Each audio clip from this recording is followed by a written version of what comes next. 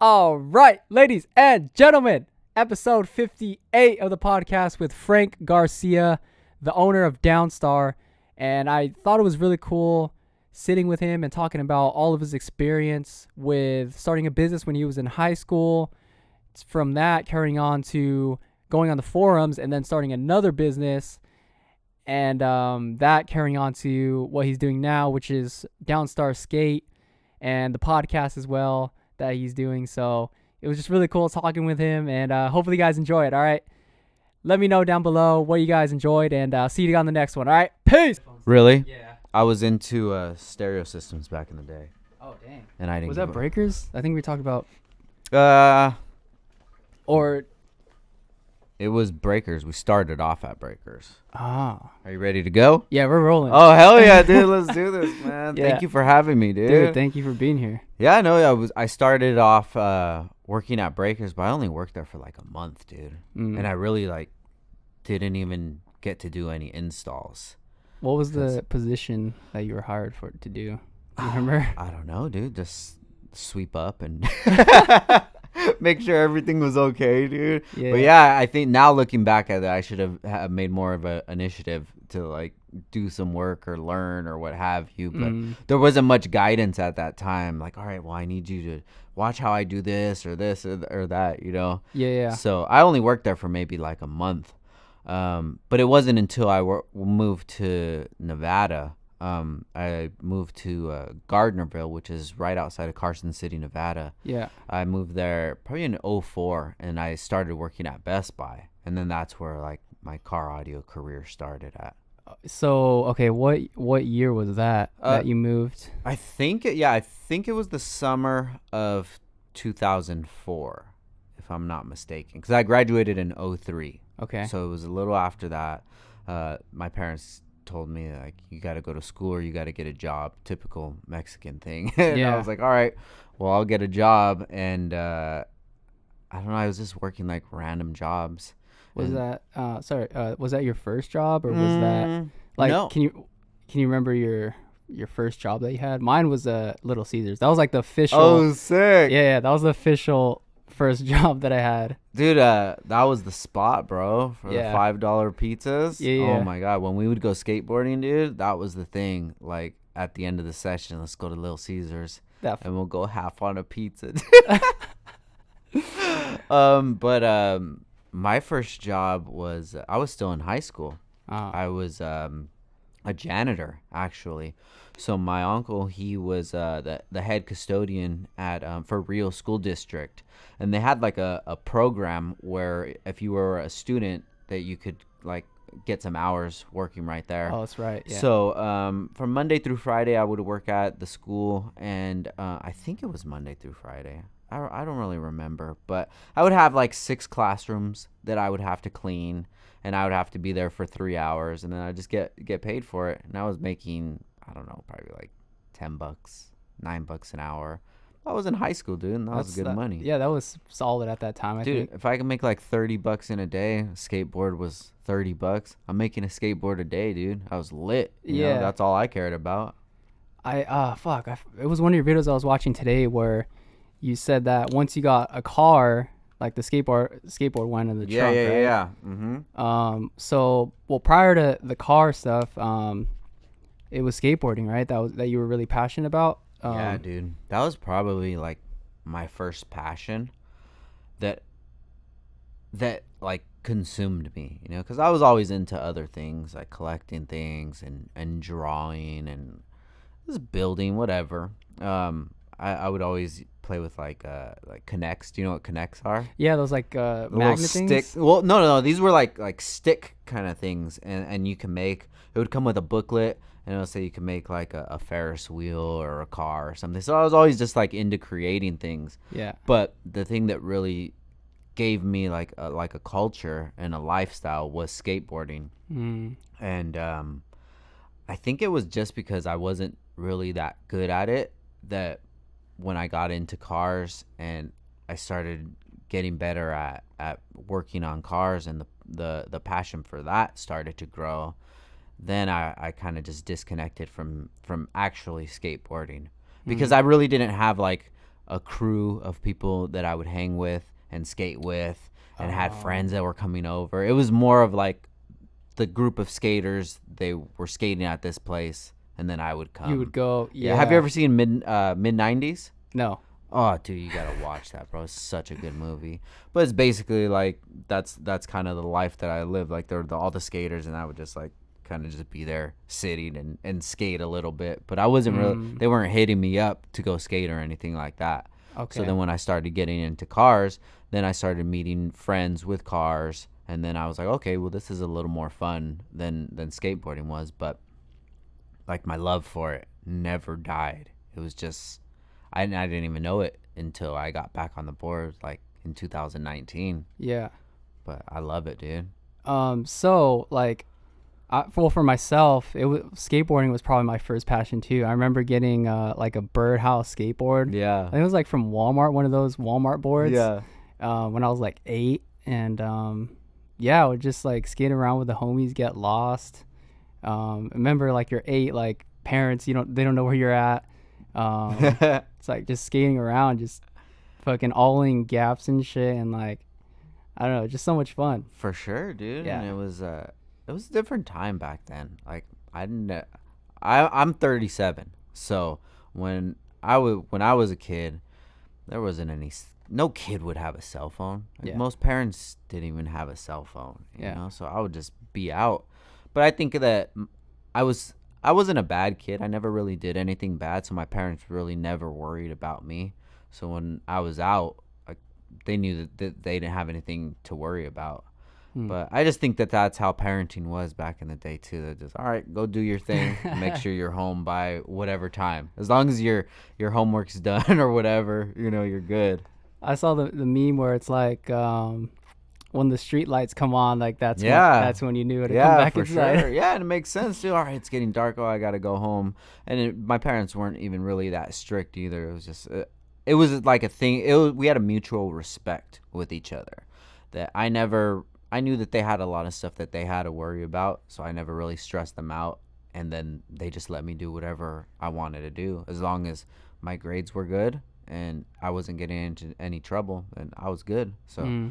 I would after school I would go skateboarding. It's so funny, dude. Like, do you know in Hueneme? Are you familiar with Port Hueneme? A little bit, yeah. Okay, so Hueneme High School. I think, what is it? I forget the name. Is Pearson and Ventura Road on the corner? There's a church. So it'd be barred. Is that like La Iglesias or something like that? I don't know what the name of the church is, Yeah. But I haven't been there so long, so I might be getting the street wrong. But there was this church, right? Yeah. And my buddy Mo, he's a barber. He actually has a barber shop. It's called Mo's Barber Shop. Shout out to Mo. Shout out Mo. But yeah, this was probably back in like 2000 maybe. He lived a few houses away from the church. So after school, we would go to his house. We would get the boxes and the ramps and the rails and everything and take it to the church. And since they weren't having any sessions, because I think they only did it on Sundays, we would be skating right there in the parking lot. And dude, like, anybody listening that is from that era, they're probably shedding a tear right now, dude, because that was such a moment in time, dude. Wow. You're talking about skaters that were coming from like CI, Hueneme, just all over. Everybody would come. So back before that, there was a thing. It was called Fifth and Gravel. Oh, shit. And Fifth and Gravel was like a spot where everybody would meet at and skate. And I never went to that, but this became like the new Fifth and Gravel. Oh, okay. So you're literally talking about like your own skate park, dude. Yeah, We get there and there's boxes and rails and we're just having a good time. And I would go there and skate after school. And then from there, you're talking about right by the base, kind of about where Wiener Schnitzel is, right that there. area. Yeah. I lived all the way on Channel Islands and Saviors and Channel Islands, so kind of by like the Center Point, that area. Yeah. So after I was finished skating, I'm like, oh shoot, I gotta go home, and I would have to skate all the way all back. the way home. Yeah. Yeah. And then I would just get home and they really didn't even like ask like where I was or anything. I don't. My parents were amazing, dude. I don't want to make it sound like they were bad, but it was a different time, dude. Yeah. And I wouldn't do that now with my son. I'm like, yo, where you at? All the time. Hey, where you at? And checking his location, make sure he's good and I stuff. kind of want to ask you about that. Like with your kid, it's like how like the differences between. I mean, you said you were like doing good. You weren't up to anything bad. Like Yeah. for you, how from the parents' perspective, how does that feel for you? I kind of just go by the same way. Like, yo, your school is your job. And if you're not taking care of your job, then we have a problem. If your job is taken care of, we're good, bro. If you have everything taken care of, go skate all day. It's all good. Whatever. And we've raised him, my wife and I raised him so well that like he's such a good kid, dude. Like his morals are so great, and you could tell that he's like not even into anything bad at all, and he has so much respect. So it's like we have that trust for him. It's cool. And as long as the schoolwork is taken care of, you can go do whatever you want. And but that's like the hard part sometimes is the schooling thing, because he's a freshman now and he just started going to school. So that's totally different than being in junior high. When you're in high school, Yeah. dude, girls got ass and you're like yeah. distracted. I know, man. Dude, your hormones are going crazy and you're not focused on school. But I mean, you have that. This is the discipline that you need to build. Because in the future, it's going to be the same thing, dude. You're going to be out clubbing. You're going to be out partying. You're going to have to take care of your job, dude. You can't go to your job and be like, oh, sorry, I couldn't come in because I was partying last night or tired. Like, no, dude. Yeah. You have to be able to balance everything. It's like that transition to the workforce pretty much. For sure. And I feel like that's what really helped myself out with getting a job like early, like 16, 15. Just learning like how tough a job can be, and it really taught me how to really question myself and ask myself what I wanted to do in the future. Like I don't want to be stuck here For sure. working a job, and yeah, like that's, I feel like something that really taught me. Yeah, when you started working, was it your choice? Yeah, it was my choice. Oh, for that's sure. good, dude. Yeah, because my parents, they were working, and I felt like I wanted to just support myself and not have to worry about like, hey, can I get $5? Because like they'd probably be like hurting for that $5 maybe. I don't know. Yeah, for sure, man. And that's kind of the hard thing, because when I was a kid, bro, that was the thing. I knew that my parents, they were trying their hardest to make ends meet. And I felt so guilty just asking them for stuff like to buy me a skateboard or to buy me this or buy that. So when I was of age, I was like, dude, I'm gonna start working. And when I got my money, dude, I could do whatever I wanted to do with it. And they didn't tell me what to do with it. And they were glad that I was able to provide for myself, like the things that I wanted to get. Yeah. And that was such a beautiful feeling. But fast forward to now, when I have a kid, it's like, dude, how do I teach this to my son? Because I don't want him to have such a rough life. I want him to have the nice things, but then I want him to have the disciplines. So it's always such kind of like a balancing act, you know? But the way that somebody said it before, like, you know, you don't have to give your kids, you don't have to show them how tough life is, because life is going to be tough no matter what. So if you can help them out in any sort of way, do it. And it's not like you're going to make life easy for them, because no matter what, dude, it's still going to be hard. Yeah.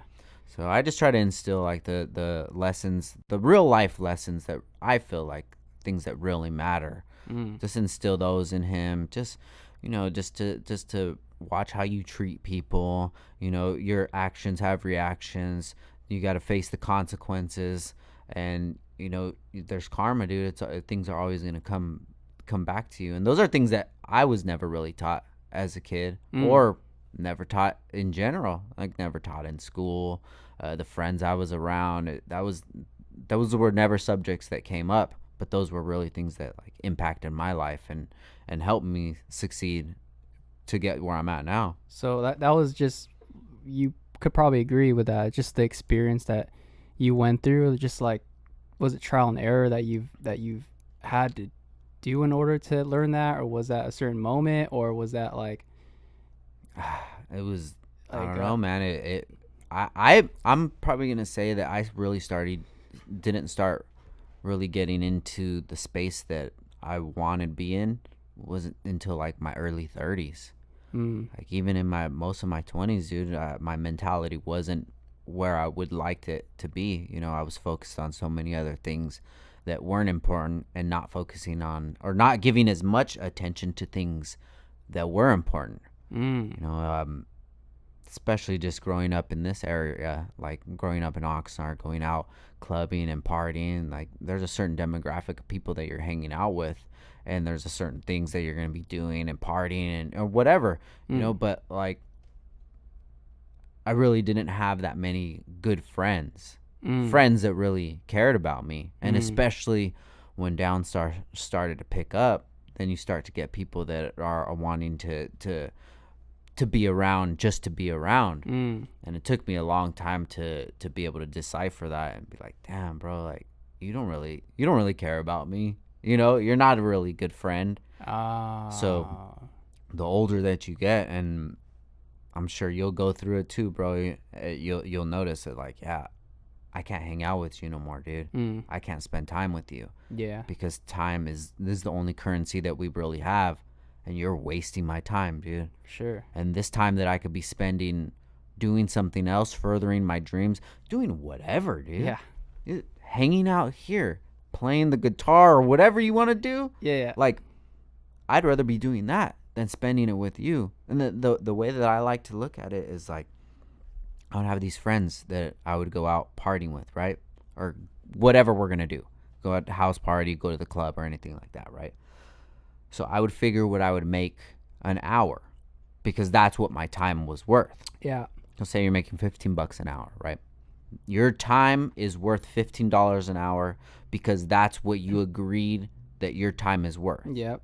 So you're hanging out with these people for 4 hours. That's $60. Yeah. Potentially. Of that you're giving them for free. Yeah. And then in this interactions that you're hanging out with, like, are they making you feel good? Like, what are the things that you guys are talking about? Is this conversation stimulating? Are you guys just talking shit about people? Are you guys just drinking, smoking, like wasting time? Are you at a club just standing against the wall just to be there? Like, what are you really doing besides giving $60 of your time away for free? You get home and you think like, damn, I just gave $60 away. What did I get out of it? Did you get like somebody treating you bad? You paid somebody your time to make you feel bad? Yeah. And you think, well, they're my friends. Like, are they? Are they really your friends? Why? Because you've known them for so long? Yeah. And that's one thing too, is like, just because you know somebody for so long doesn't mean that they have your best intentions in mind. Yeah.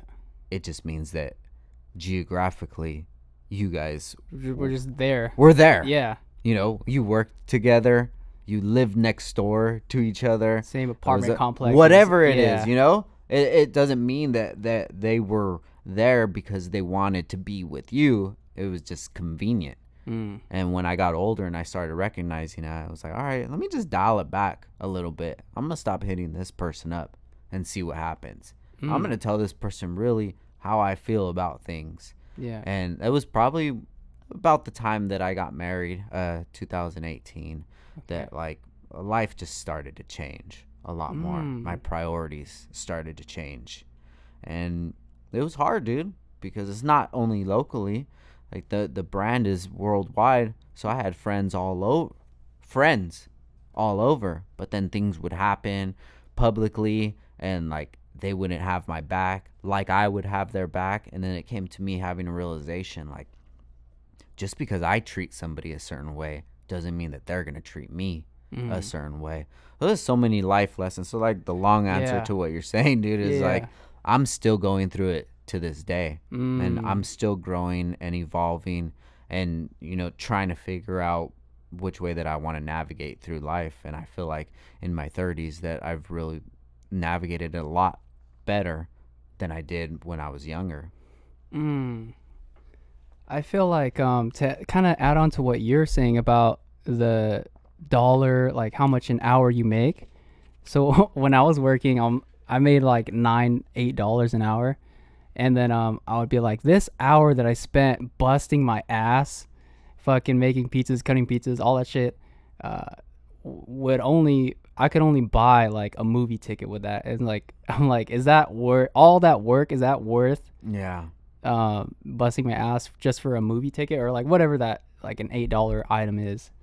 Yeah, and like that's something that I learned when I was like 17, 16. Yeah, and then that's what those jobs need to show you, though. Those entry level style jobs. Yeah. So those jobs aren't meant for people to be in as a career. No. It's for a young kid to work at and to have those thoughts. Like, dude, I worked this hour. All I could do is buy a movie ticket. Yeah. How do I make more money? Well, you got to have better skills. Yeah. Okay. Well, let me figure that out, But a lot of people don't do that. They'll get to like a level where it's comfortable and like, this is cool. My job's chill. Like, dude, if your job is chill, like get a new job, dude. Yeah. You shouldn't have a chill. That's the way that I feel. Yeah. Like, No, same. you shouldn't have a chill job, dude, because you're like shorting yourself. You're saying that your time is only worth this job that this business is willing to pay you, that a robot is almost about to take over your job. So when people say like, oh, my job's chill, that they like brag about it. And I'm just like, no, dude, they're paying you just the minimum. You're doing this like job that is not even hard to do at all because they just need a human body to do that. Yeah. Like, is that all you think that you're worth?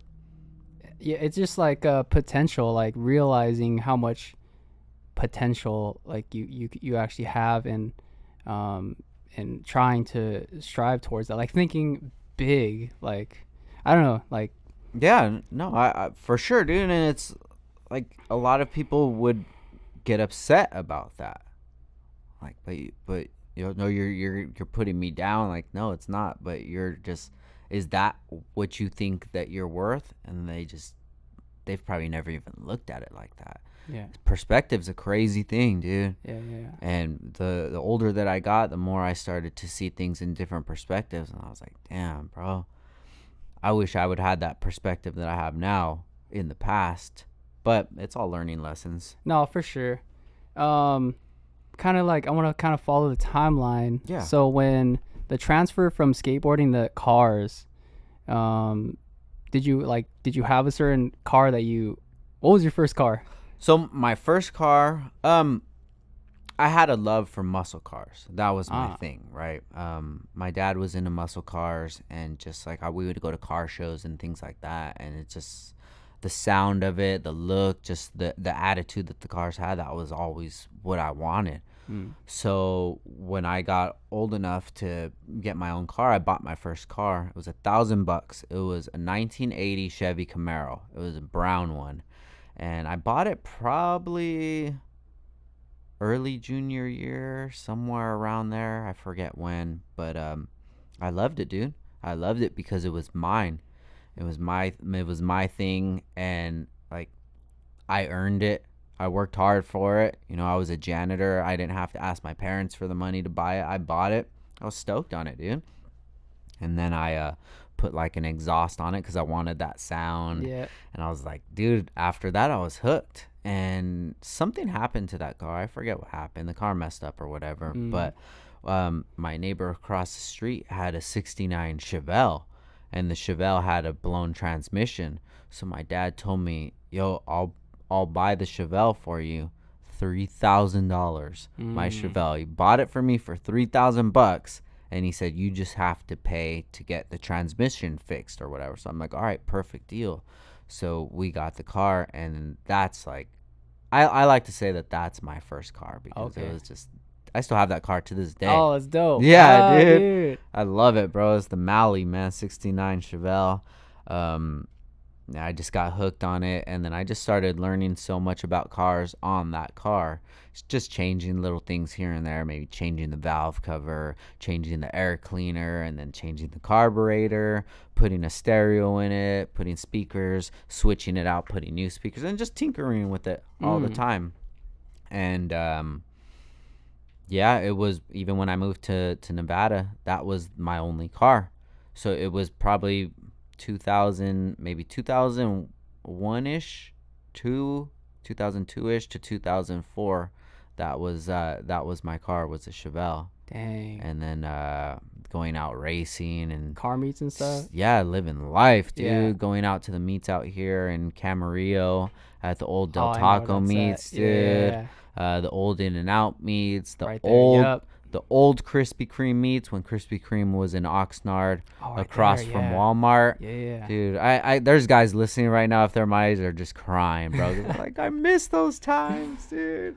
But it was amazing, bro. You get there, and I had the Chevelle, just so much attitude, and I had the exhaust on it, just driving down all the aisles, just looking, bro. It was so fun, dude. There's some times that me and my buddies, we would go out for the night, and everybody would chip in on gas. We would fill the tank up, and by the end of the night, tank's gone, dude. And we were just driving around having the best time, dude. It was so awesome, man. Damn, yeah. Just growing up, I would go to the In-N-Out meets. I would go to Mulholland and just like the Snake. Yeah. Just do runs down the canyon, and like, I don't know. It's just like meeting so many cool people through cars and stuff. It's like a really cool culture. It was, man. Yeah. It definitely was, and it was all new to me, and it was something that I was part of. And that car that I had, like, it was a nice car, so it did get a lot of attention. And dude, I had a system in it, bro. We would go to house parties with the system and pulling up. It was awesome, bro. It was super ego. That car was just so much ego, dude, and just like flexing, and it was such a good time. But like I said, in 2004-ish, my parents, there was like a boom with the marketing, the house market, Okay. Yeah. where houses were worth a lot of money. So at that time, our house was worth a lot of money, and my parents were like, yo, let's sell the house and we're gonna move to Nevada. And we had family that lived over there, and Gardnerville, Carson City, that's in the valley of Lake Tahoe. So Lake Tahoe is at the top of the mountain, and in the valley, that's where we lived at. And we would go to Lake Tahoe ever since I was a child, dude. So every summer we would go to Lake Tahoe, and I loved it, bro. Oh my God, I loved camping. And so then when he tells me like, yo, we're going to move out there, I'm like, okay. I could either stay here because I was already 18. I could stay here and try to figure things out by myself, or I can move to Nevada. And I really didn't have anything that was locking me down to stay in town. And my dad said, if you move with us, that I'll buy you a new set of wheels for the Chevelle. So I'm like, I'm out of here, bro. Fuck this. So I moved out to Gardnerville, and it was cool, man. My cousin lived out there. My cousin Jason, he lived out there. He was a little older than me, but we would still hang out. I didn't have any friends, so there was a skate park right there. It's called Lampy Skate Park in Gardnerville, and I would just go out and skateboard and go to the skate park and just hang out and kind of just do my own thing. Like, I've always been good by myself. I didn't really need that many people around or that many friends or anything like that, so Yeah. it wasn't that big of a deal. And at that time I had instant messenger, so I would just get home, and my buddies from town that I would still talk to, like Mo and AOL, cousins instant and stuff. messenger. Yeah, instant messenger. I would instant messenger with them. And then yeah, it wasn't until I started working, probably I think it was maybe like 4 or 5 months after we lived there, I got a job and I started working at Best Buy. And I tried to get into Best Buy here when I lived in Oxnard, but I wasn't able to get that job. So then when I moved to Nevada, I was able to work for Best Buy, and I was stoked on it, dude. And then I met a buddy. His name's Raul Ramirez, and he was working at Best Buy, and he was into Hondas. So when I was working there, I had my Chevelle, and I was like, dude, I I don't care about Hondas, dude. Like the little ricer shit, Ricers, dude. Get yeah. out of here, dude. You know, but after Fart hanging, cannons. exactly, dude. That's the mentality that I had. Yeah. I had a muscle car, bro. I'm not Yeah. thinking anything about that. But Yeah. then when I started working with him more, we started to gain a friendship, and then I started getting hooked onto Hondas. I'm like, oh, that's pretty cool, dude. And it had a different culture to it. Like the muscle car stuff, I never did anything that was like outside of my town. So when I'm working with him at Best Buy, like he's on forums. I'm like, oh, what's this, dude? And he's like, oh yeah, check it out. There's cars here, cars there, and these people are from all over the country. I'm like, oh, that's so crazy, dude. That's so cool. So it got me hooked into Hondas, and I started to realize that there was a culture in it, because there wasn't a culture, a Honda culture when I lived in Oxnard. It was mainly like, what was it, muscle? Well, what would Muscle cars, you know, Mustangs, things like that. I mean, there was Hondas. Don't get me wrong, Yeah. but maybe there was a culture and I just didn't give it the time of day. But when I realized that there was an actual culture to Hondas, and my buddy Raul, he was really good at modding the cars, and he had a really clean taste. And you know, you're working with somebody 8 hours a day, you know, 5 days a week. Your hobbies are going to start to intertwine. And I didn't have any friends, so I would hang out with him outside of work. And yeah, dude, I just got hooked on Hondas, and that's kind of where the love started at, right there. Okay, for the like the For the import imports and scene. stuff. Yeah. And still at the time, I still had my Chevelle, even though I started to join the forums. I still had my Chevelle. I actually got my first Honda when I lived in Nevada, and that's when I had 2 cars, and I was so stoked, dude, because I'm like, too. man, I get to save on gas, dude. This is so awesome. This Honda that I have, like, now I'm kind of like I got a Honda, so I could start exploring that culture, you know. But I was really, really into stereo systems at that time. And in the Chevelle, like, I had a sick system, dude. It was so dope, bro. Like, do you know what Dynamat is? Kind of like it. Like, it's kind of like rings a bell. like sound deadening stuff. So Okay, yeah. So I had, like, it stops the rattling. Yeah. I had that stuff through the entire car. Oh, shit. And you're talking about under the headliner, under the carpet, the door panels, everything. So the sound quality of the Chevelle was amazing, dude. And acoustics. for sure, dude. Yeah. And I was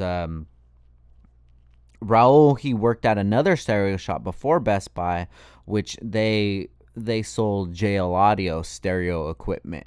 So he kind of put me on to, like, better stereo equipment that I was used to. So I went out. I would save my money, because my parents didn't make me pay rent or anything. I just had to pay for whatever my expenses were. Like, I didn't even have to pay for insurance, I don't think, at that time. I don't even know if I had to pay for my cell phone. You know, shout out to them, dude. Yeah, for real. But I had so much money because I was working just to make money. Yeah. And I had a nice system in the Chevelle, and I had remote start in it and everything, dude. I had wheels on it, man. It was so awesome, dude. Not thinking back at it now, it's like, bro, I miss having a system in that car.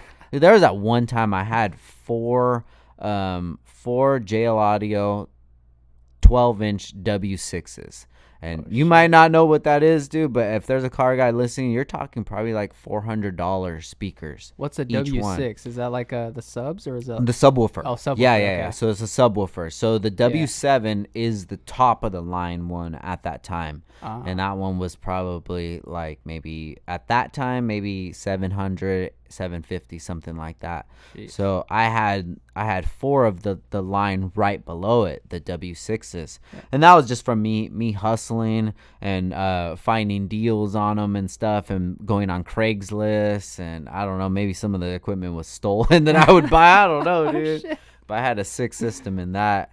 And it wasn't until I moved back from Nevada. It was in 2007 that I just decided that, like, yo, this place isn't for me. Like, I had a bad relationship in Nevada, and like, things didn't go well. I got cheated on, dude. And I'm like, dude, I don't have anything here for me, man. I got to go live my life. and my big sister Val, she wanted to move back to Oxnard as well. So 2007, we decided that we were going to move to Oxnard together.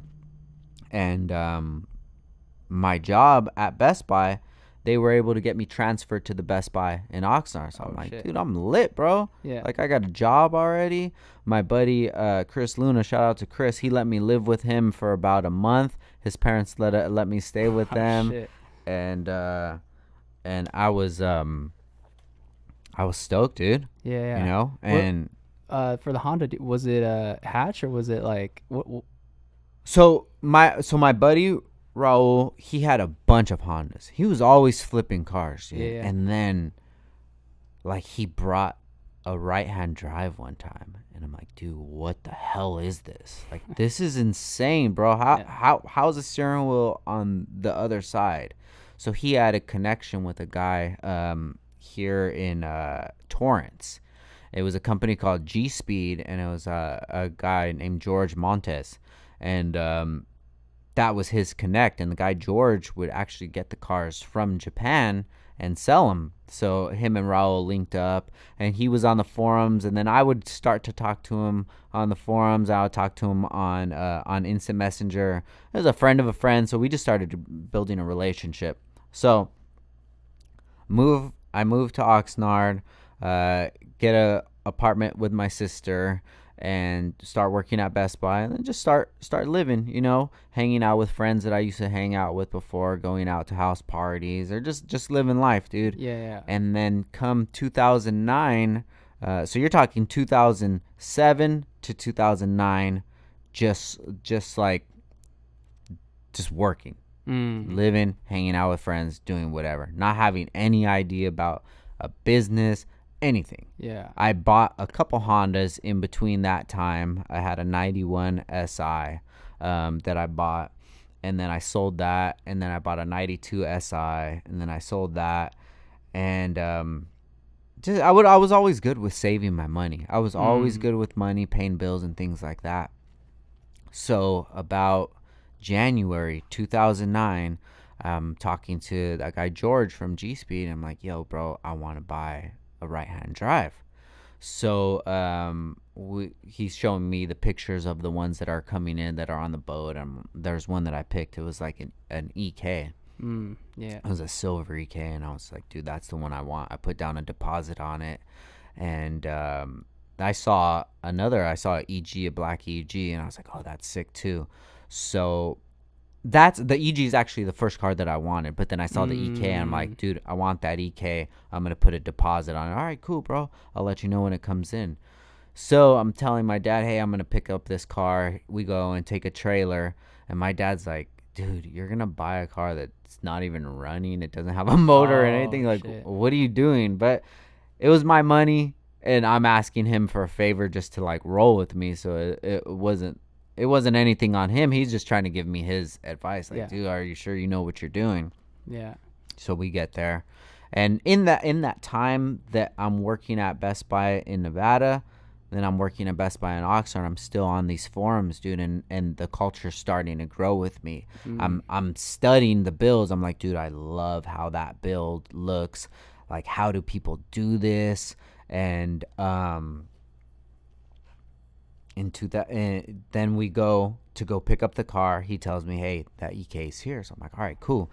We go over there with the trailer and everything, and I see the car, and it like has roof damage. Oh, I'm like, shit. oh, dude. So I think it was because it was in the container or what have you, that it got dented, right? Yeah. I'm like, dude, that sucks, bro. And he's like, it's all good, dude. Like, I'll give you your deposit back, no problem. So all right, cool. And we're walking. I'm like, hey, is that black EG right there? And he's like, yeah. I'm like, is anybody buying it? He's like, nah. So I'm checking it out. I'm like, I want this one, dude. He's like, are you sure? I'm like, yeah, dude, I want. Oh my god, dude, it was such good condition, bro. It was $3,000, bro, for the right-hand drive. And people that are listening now that know the right-hand drive, I bought that car for $3,000. The paint was like 9 out of 10, bro. Oh my it was so clean. Had full interior, full JDM interior. The only thing that it didn't have was a motor. So I bought the car, And I told George, like, yo, I'm going to come back in like a month or two whenever the engine bay is ready to go to get a motor. And I take the car home, park it in my garage, shared garage. I lived on the beach in an apartment with a shared garage, parked inside there. And that day that I got it home, dude, I'm already starting to tear it apart. And I'm taking pictures of things and texting Raul, hey, do I need this bracket? Nah, dude, cut it off. Cutting it off, just going to work, right? Oh. And then, because I was already good at from the Chevelle. From the Chevelle, from working at Best Buy. Like, when you work on these cars at a stereo shop, there's not somebody that tells you, oh, take this screw off, do this. Like, you have to figure that out yourself. And there was databases that you could go to, and they would have some pictures, but there wasn't a YouTube, dude.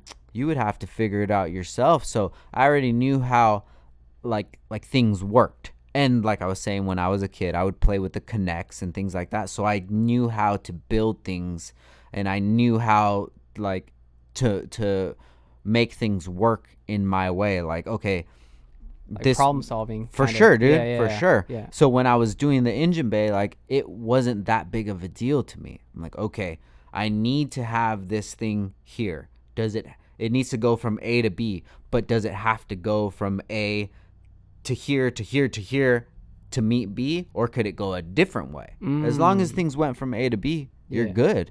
So I actually, like, tucked my whole engine bay, dude. I made my own wiring harness because I knew how to do wiring. And wiring is the same thing, from the ECU to the sensor. It's going to go a bunch of different ways because that's how it needed to go from the factory. But this isn't a factory build. I want it to go from here to here. So I was able to do that.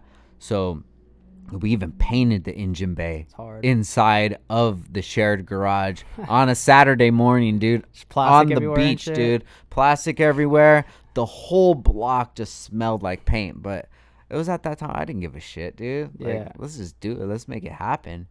And when you get like the air sprayer gun? Well, I had a buddy who his dad was a painter. So his dad said, yo, as long as everything's ready to go, I'll come and spray it. So I had another buddy that was a welder. I'm like, yo, weld these holes, all these holes up. Okay, cool. Grinding, bondoing, grinding. All right, hey, come over again. Weld these up, grinding. Just trying to, I didn't know what the hell I was doing, but I knew how things worked. And I knew how to use Bondo and body filler because when I would do stereo systems, like, I would dabble in fiberglass, like fiberglass enclosures, and knowing how much resin to mix and things like that. You know, so it's pretty much the same thing. With fiberglass as it is with, like, doing Bondo or something like that. So it just made total sense to me.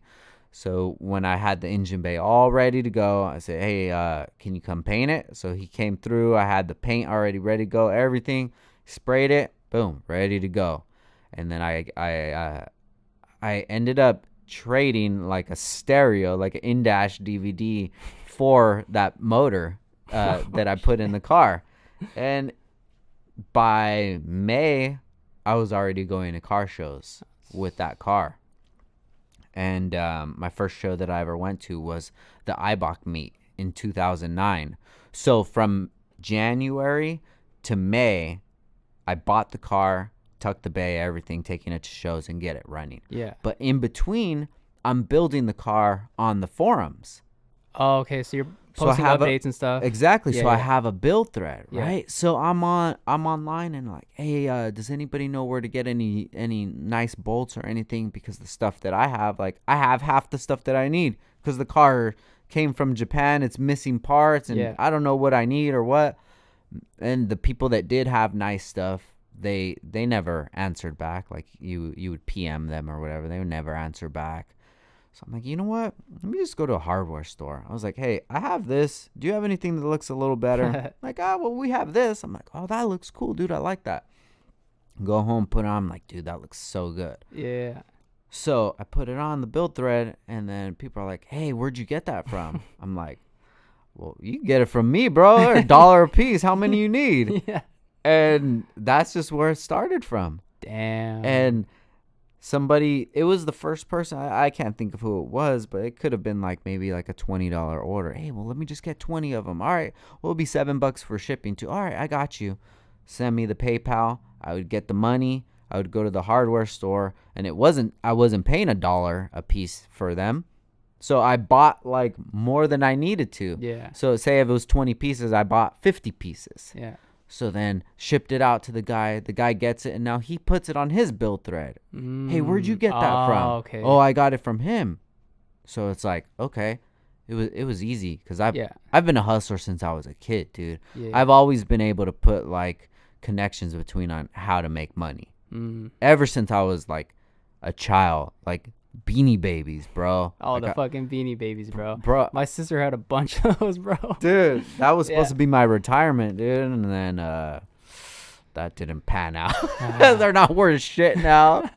Shout out to my wife Ashley. She laughs at me because she's like, "Oh, all those Beanie Babies you saved are like worth $1 now." Where at like one point they were like kind of. I feel like they were a little like the price rose a little bit at one point. I don't know, man. I mean, after like that bubble happened when they first came out and they were just rare and people were selling them for a lot more than they were worth, and they had like shows that you would go to. Like I just assumed that, all right, well, I'm gonna save these because I've seen people that would save things from when they were younger, like baseball cards and things like that. I'm like, damn, those are worth a lot of money. Now, like Pokemon, like Yu-Gi-Oh. Oh my god, that's dude, crazy. Yeah, bro. for sure. So I was like, oh, I'm gonna save those, but it just never panned out. But like I was always about like saving money. We missed like a real pivotal part in all of this. So I'm at the point where I realized that I could sell these hardware on this forum. This is sick, right? Yeah. Let's rewind a little bit to 2001 when I'm in high school. I was a sophomore at Wainimi High School, 2001, and at that time I'm into music a lot, downloading music. That was at the time where really downloading, not everybody had access to it, but I had my own money, so I could spend my money on whatever I wanted. I was like, I want to get a computer because I want to start downloading music. And my cousin Nando, he had a computer and he would download music. So it was like a thing that we were into. As download music, we'll go to. It was after Napster, so it was like Kazaa, BearShare, dude, Morpheus. freaking Frostbite. Yeah, dude, all those like those peer-to-peer sites. Yeah. Always downloading music, And I'm at school one day, and there's a buddy of mine. He had the new Marshall Mathers LP, Eminem, like 2 weeks before it even came out. And he's like, hey, bro, here's some CDs.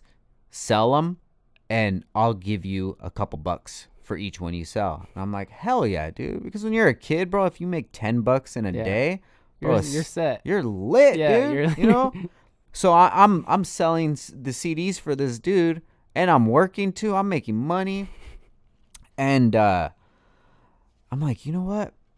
I have so many CDs, dude. I have so much music. Like, it's not only rap, it's not only pop, it's everything. And you're talking about like classic rock and everything. My dad had a collection of CDs. My sister was into music. My cousin Nando was into music. I had so much capability having music around me. So I'm like, you know what? I'm going to start selling CDs at school, dude. Yeah. I made a whole list of all the inventory that I had, and I would just pass around the list in class, and people would be like, oh, dude, get me the Snoop Dogg. All right, cool. I'll bring it tomorrow. It's going to be $4. All right, cool. And that was my first taste of business, because I would always hustle before, but it wasn't like a business. I always wanted to have my own business, dude. It's kind of like mind-blowing, just the perspective of everything was physical. It wasn't just streaming now. It's like just CDs. But if you didn't have a computer, if you didn't have like DHL, you're not going to be able to download music.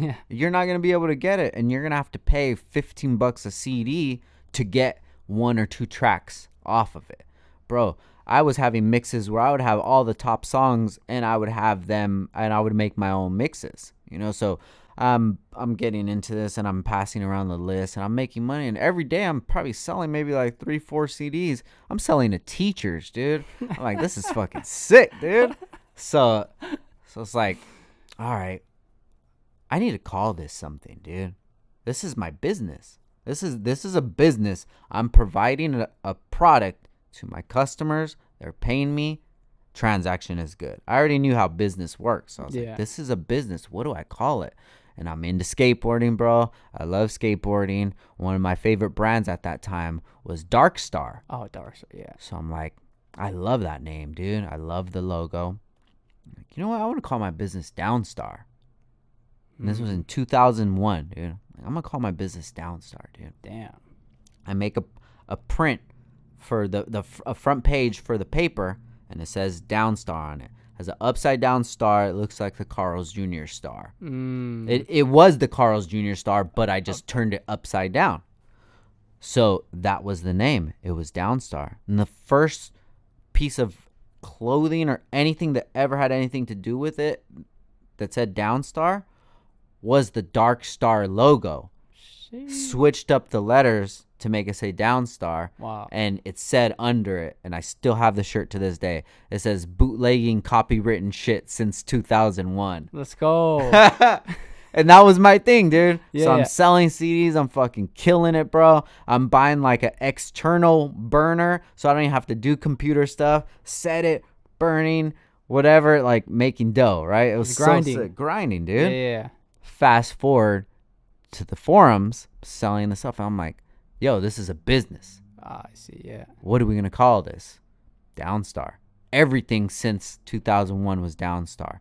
If I needed an email, if I needed an instant messenger, if I needed a library card, whatever, password, whatever it was all Downstar, dude. Yeah. So come 2009, when I started selling the bolts online, my Instagram was, or my name on the forum was Downstar. It was like Downstar Inc. or something like that. Down incorporated because of Murder Inc. That's why I wanted to call it Downstar Inc. Right? Okay. So I start selling stuff on the forums. I sell it to the one guy, he puts it on, sell it to another guy, and then it just starts to snowball from there. And that was about April when I first started selling the bolts online. Then you go to May, and that was the first car show that I went to. It was called the Ibach meet. Yeah. And I was parked like in the back, dude, in the like the loading dock, just like the worst area that you could be at. But I was like, I don't care, dude. I'm stoked to be here. I'm stoked to show people like my build. I'm meeting people from the forums. This is so cool. Yeah. But that morning, clicked in my head like, yo, bro, maybe you should take some of these bolts and you could sell them there. Yeah. So I got a cereal box, cut open a cereal box, flipped it inside out so it stood up like a triangle. I wrote on it, Downstar Inc., $1 hardware. Put a hardware right there, and I put that on top of my valve cover of the motor. And I probably sold maybe like 60, 70 bucks just off my valve cover then. Fuck. And it's just like, that's just where it started from, dude. Damn. Crazy, bro. Well, just like the whole story of just like where it started from high school, from everything was connected. It doesn't even feel like it's me. It really feels like somebody's putting these ideas in my head and showing me like, yo, this is the way. This is the way. How does that happen? I have a picture from when I was in my sophomore yearbook of somebody came up to me from the yearbook and like, hey, can we take a picture of you? I'm like, all right, cool. But I was like, hold up. I had a jacket, right? And I had my list. So I put the list inside of my jacket, put the jacket on so it looked like a t-shirt. And it was the star, the Downstar, and it said Downstar on it. And then the caption, it says like Downstar ? A lot of students started their own business or something like that. And that's in fucking print. 2001 Hueneme High School yearbook, dude. That picture's in there. And that's like, it doesn't get any more real than that, dude. Yeah. This was no plan. It wasn't like, okay, when I graduate high school, I'm going to focus and I'm going to start a business and I'm going to do research and see what the market needs. It just naturally happened, dude. Damn, bro. Yeah, getting goosebumps right now, bro. Just like hearing that, because it's like nuts. Yeah. Just hearing that, man. Even with like music and stuff, like these ideas and shit just comes. I don't know where it comes from, bro. Yeah. It's like these ideas. Like maybe it's like you're in the moment, you're tapped into that moment, and you're acting on some sort of like intuition. I don't know if it's like intuition, bro. Like you're I acting on I like don't your know. own path. I don't know what it is.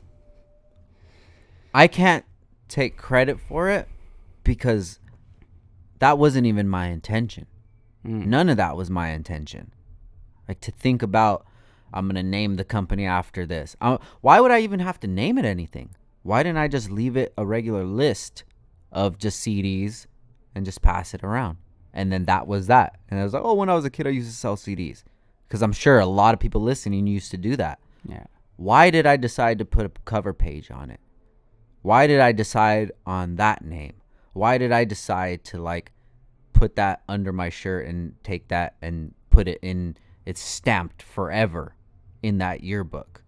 Like why did I choose to do these? Like, I don't know, dude. Yeah. It's crazy, bro. It's so crazy, and it still happens to me to this day. And when I get those kind of feelings, I just got to go with it. Yeah. Yeah. Just like the skate shop and stuff. Whenever I got an idea, dude, let me just go with it. Just like the podcast, dude. Mm-hmm.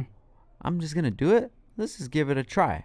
You know, and that voice that I get in my head, like, I don't ignore that voice. Yeah, it's that inner voice that you're following. Because I mean, I feel that same way where I started like an Amazon business and bought stuff from China, shipped it to the Amazon warehouses, and whatever like that experience was like transferred over to next, which was like getting this freaking warehouse. Like I wouldn't have this like spot if it wasn't for that Amazon business. For sure. And it's like stuff, and like again, it's all acting on that inner voice that that I have. It's like, maybe I should try this. Where is this gonna lead me? Oh, this led me to doing the podcast. This led me to doing whatever it is. But why you?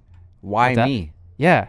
Why not anybody else exactly. that's listening right now? Yeah. Why not them? Yeah, like yeah. what makes us different? Is it that we just decide to take that risk? I kind of think so. I think so too. Yeah. And that's what I always try to preach is like, dude, all this stuff that I did, this wasn't like some diabolical plan. It was just that I was like, all right, well, let's just give it a try. Yeah. And now I know when it comes time for those things, that it's like, oh, well, let's just give it a try. It's not if it's gonna work. It's gonna work. Yeah. And you're gonna make it happen. And it's gonna be successful. And I think maybe a lot of people, they've never had any examples of that in their own life. So they've never seen it before. Maybe if they've never had any family members see that before. I had never had any family members that were, entrepreneurs. And it was just, I don't know what it was with me where I just decided it's so many things, dude. I feel like with going this route, with the entrepreneur route, it's like there's no blueprint for what you're doing.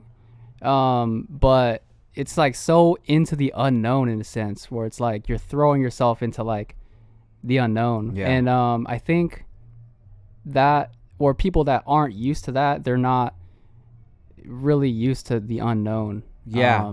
In a sense. Well, to be out of your comfort zone, yeah. But when I was younger, like, I never had a comfort zone. Yeah. I'm hanging out with these skater kids that they don't even talk to me, dude.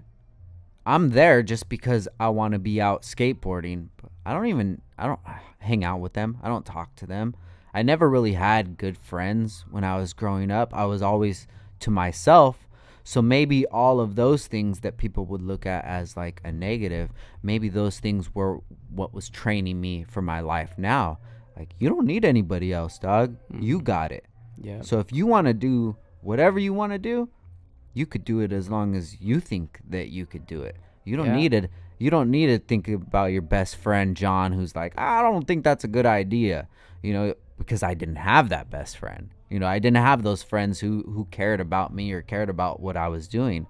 And that sounds like a sad thing, and at the time it was, but it made me stronger inside. Yeah. Like sometimes it would be at lunchtime, I'll be in the classroom doing homework, drawing or whatever, because I just didn't have friends to hang out with. And like, even just saying that, it just like kind of bums me out. Well, that was me too. Like moving from Camarillo High to Oxnard, I didn't know anyone. So like, yeah, I would just be in the library, bro, like doing whatever. Yeah, and just trying to get through this lunch so you can go to your class, so you're not alone. Yeah. But then, but being alone, bro, like I feel like it really helps you tap into like what you want to do. Yeah, who you are. Who you are, yeah. I had to figure out who I was at such a young age because I didn't have any external like people telling me who I was. I didn't hang out at the skater table at school, even though I skated. I didn't hang out at the football table or the jock table or the goth table or whatever, the rock table, whatever the fuck it was. I didn't hang out with any of those, and I was like an outcast, but it worked out in my favor because I didn't have any of those external people. Well, it's like an identity that a group that you base your identity off. For sure. Yeah. And it wasn't until I started getting older that I started to, hang out with people in cars and things like that. And then started to grow like my own group of people that I would hang out with. But I mean, even then, I never really knew the meaning of a real friend because I was always just to myself, dude. And yeah, I would hang out with people and we would go to car meets and things like that. But it's like nobody was hitting me up to go to like their birthday or things like that, So I was always good by myself, and sometimes it sucked, but whatever, dude. Yeah. What am I gonna do? Tell my parents and be like, yo, I just don't have any friends, and bum them out, dude? And they're fucking trying to like work and provide and trying their hardest, dude. My dad's, he was the only one working, so he has to take care of my mom, my two sisters, and me. And I'm gonna unload on them like, oh, I don't have nah, dude. It was I think that I was like really strong at a young age, because I had to be. Yeah. It was either you stay in your room and cry, or you stay in your room and draw. Fly. Whatever you want to do, bro. You want to fucking draw. You want to play Connects. You want to play Legos. You want to hang out with your sisters. You want to whatever. Go outside. Like, I was able to do things on my own, and that like made me strong, where I didn't need anybody else's opinion. For sure. Because their opinions, it was cool. Like, I would like, all right, yeah, that's cool. But like, your opinion was never more valid than mine. Yeah. Because you're not around all the time. You're like, you don't even care about me really that much. So why am I gonna like direct my life towards what you think? You think I should be doing this, but like, bro, you don't even hit me up to see if I'm cool or not. Yeah. So adding on to what you're saying, so it started expanding Downstar. Yeah. And I guess at that point you were doing it by yourself. Were you like, did you have someone? When was the point where you had to be like, yo, this is too much? So 2007 we moved back to Oxnard. 2009 April is when I started the brand. I'm working at Best Buy still, so it's not a big deal. Like, I'm selling maybe like a kit here and there, go to the post office on lunch, ship it out. It was cool because I worked in the install bay, which is kind of like separate from the store. So it's pretty much your own business. They just let you in there. You handle scheduling, you handle the jobs, and as long as there's no issues, you're good. So I'm on the forums at work, answering PMs. Hey, can I get that? All right, I got you, no problem. And then November of 2009, I had a buddy who I was talking to on the forums and things like that, and he's like, hey, dude, you need to have a website. I'm like, a website, bro? What the fuck? How am I going to do this? And you're talking about 2009, guys. You're not talking about 2022, where you could just like make a website on lunch, dude. HTML. Yeah, so he makes this website for me, and I like put the pictures on, and then I have somewhere now. This is where you guys can go. You don't have to PM me more. Just go there, and then the money just goes straight to my PayPal. I'll get the email, ship these 20 bolts or whatever.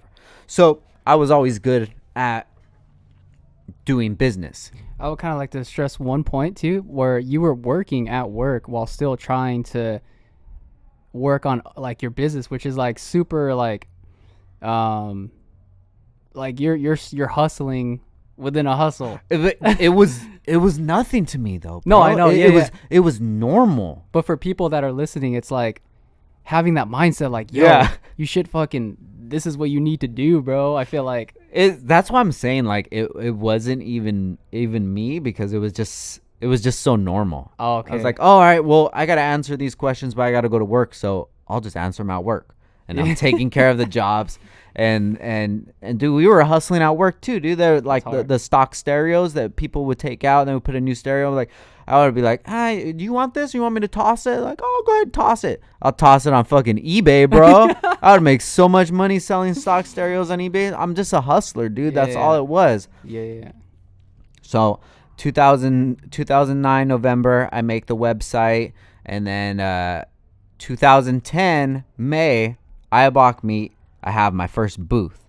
2009, I'm parked in the far back, barely got a spot. 2010, I get my first booth, because I'm like, yo, bro, all these people in this last year are starting to buy our stuff. People are buying this stuff.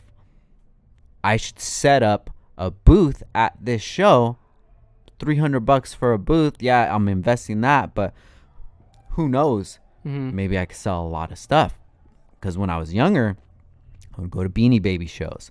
I would go to Hot Wheels shows. So I already knew how it kind of went. You set up a table, put your stuff right there. People come, buy it. You give them the stuff. They give you the money. Easy. Yeah.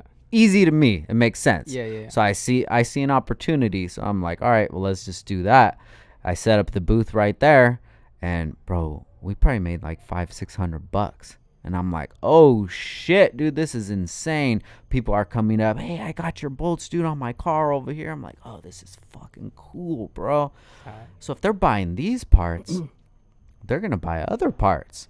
So people are, hey, do you have these bolts? No, but I'll get them. Nope, but I'll get them. And it just started growing and growing and growing and growing. Fast forward to 2012. So 2009 is when I started. 2012, still working at Best Buy. April 2012, that's when I meet my wife, Ashley. And I'm like, yo, fuck this job, dude. I'm making way more money than I'm making selling stuff on Downstar than I am from work. Why am I even working? Yeah. That's when the mentality broke. Like, I don't need a job. What do I have a job for? To make money. That's it. I'm already making money. What do I need this job for?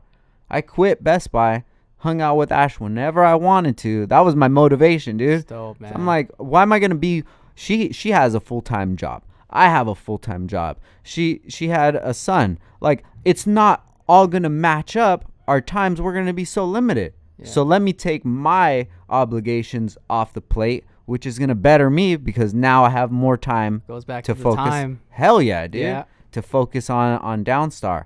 And in between 2009 and 2010, when I had that first booth, bro, after I had that booth, I'm like, it's fucking lit, so dude. Was that a moment where you're like, wow, like, I can really fucking... I have something. You have something. I have something. Yeah. The name's growing, bro. And at this time, like, that forum that we're on is the pinnacle forum. For the entire world is looking at that forum, because the Honda scene, what it is, it started in SoCal.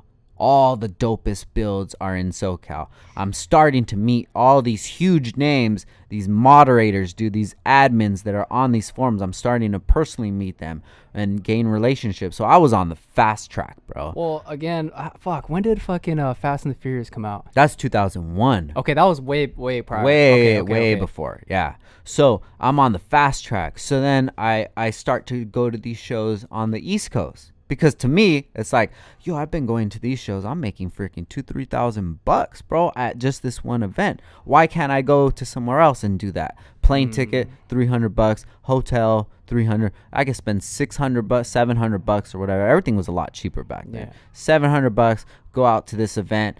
They give me a free booth and a setup right there. Worked, bro. Fucking lit, dude. killing it, bro, making more money there. So I'm making money going to these shows. I'm making money working. I'm making money online. But work isn't fun for me, dude. I love installing, but I don't love people telling me what to do. I don't love being there at a certain time. Yeah. I don't love working on a Saturday. I don't love that shit. Yeah. And if my job isn't paying me what my time is worth, I'm out. Yep. April 2012, left. I haven't had a job ever since then, dude. Sheesh. And it's just, you could just see like the graph of sales fucking gone, bro. Yeah. Skyrocketed. And that's just been my mentality the whole time. Just keep feeding the machine, just keep feeding it, and it just keeps growing and growing. And yeah, so 2012, and things are really taking off. Did you have like employees? Did you have like the LLC? Did you have like all that business stuff? Did you like in 2012, that's when we set up the business stuff, but I'm trapping out of my bedroom. Yeah. I have a full-size bed. Right next to the bed was a 6-foot table, and the 6-foot table had the containers that had the bolts on it. It had my laptop. It had the bolt sealer and everything. I have pictures of all this shit. And then it started growing. Then I have my whole room was full of bolt stuff. You know, just that's where I did things out of, because I just knew that like if I got a spot or something like that, it was gonna take out, I'm gonna have to pay for it. Why am I gonna have to pay for it if I have the space to do this stuff right here? Yeah. So it wasn't until probably 2000, I don't know, maybe 14 or so, I would have people work with me. My sister, she would work with me. She's worked with me a few times. Shout out to my sister Branden. She's actually working with me right now. But she would go work with me a little bit, and then she would she lived in San Francisco, or she was just doing, she's free bird, bro, doing whatever she wanted. And then it wasn't even anything really official. It was just like, hey, can you want to work? Oh yeah, I'll work. And then I just had people helping me out, but people would come, people would go, but I just knew, yo, I got to keep hustling and keep grinding. Yeah. And it wasn't until 2016 that we got an actual shop.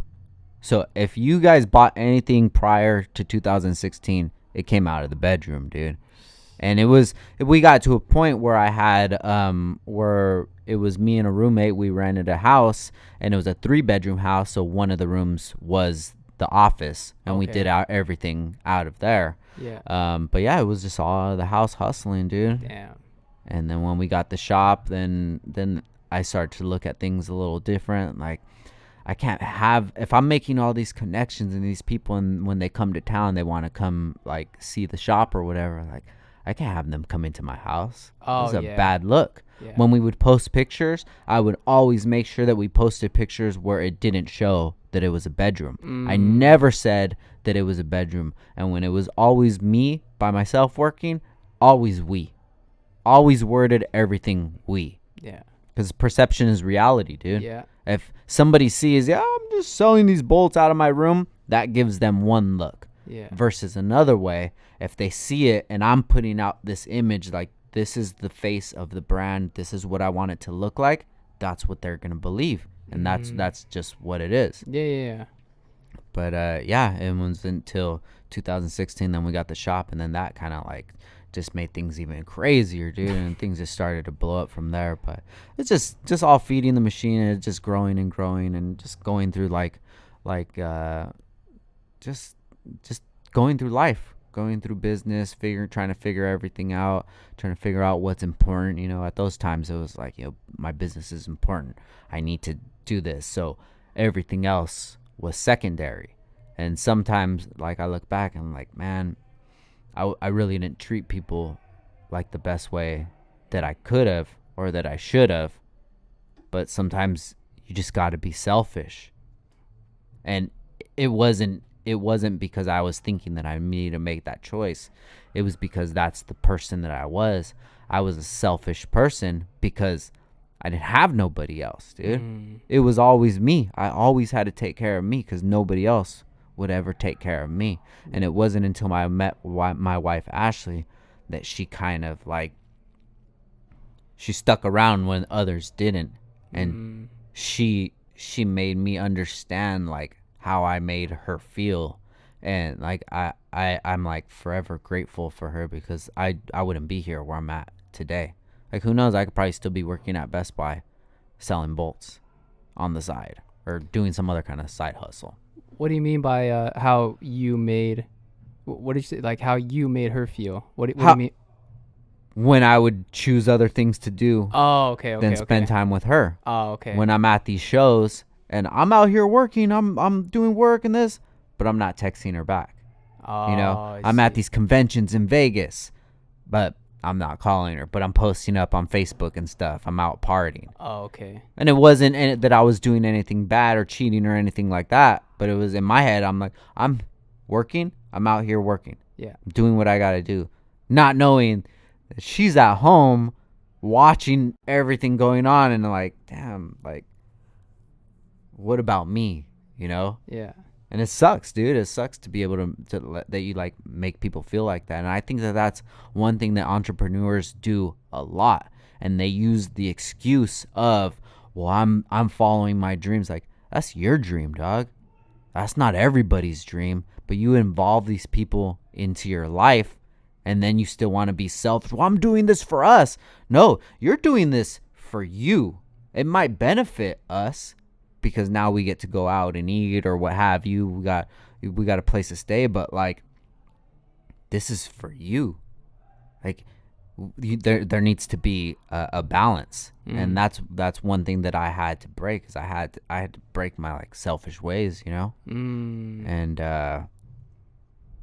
yeah, dude, it's just growth, and it all comes from somewhere, because I never really understood like where a lot of the ways that I acted or the way that I treated people. I didn't know where that even came from.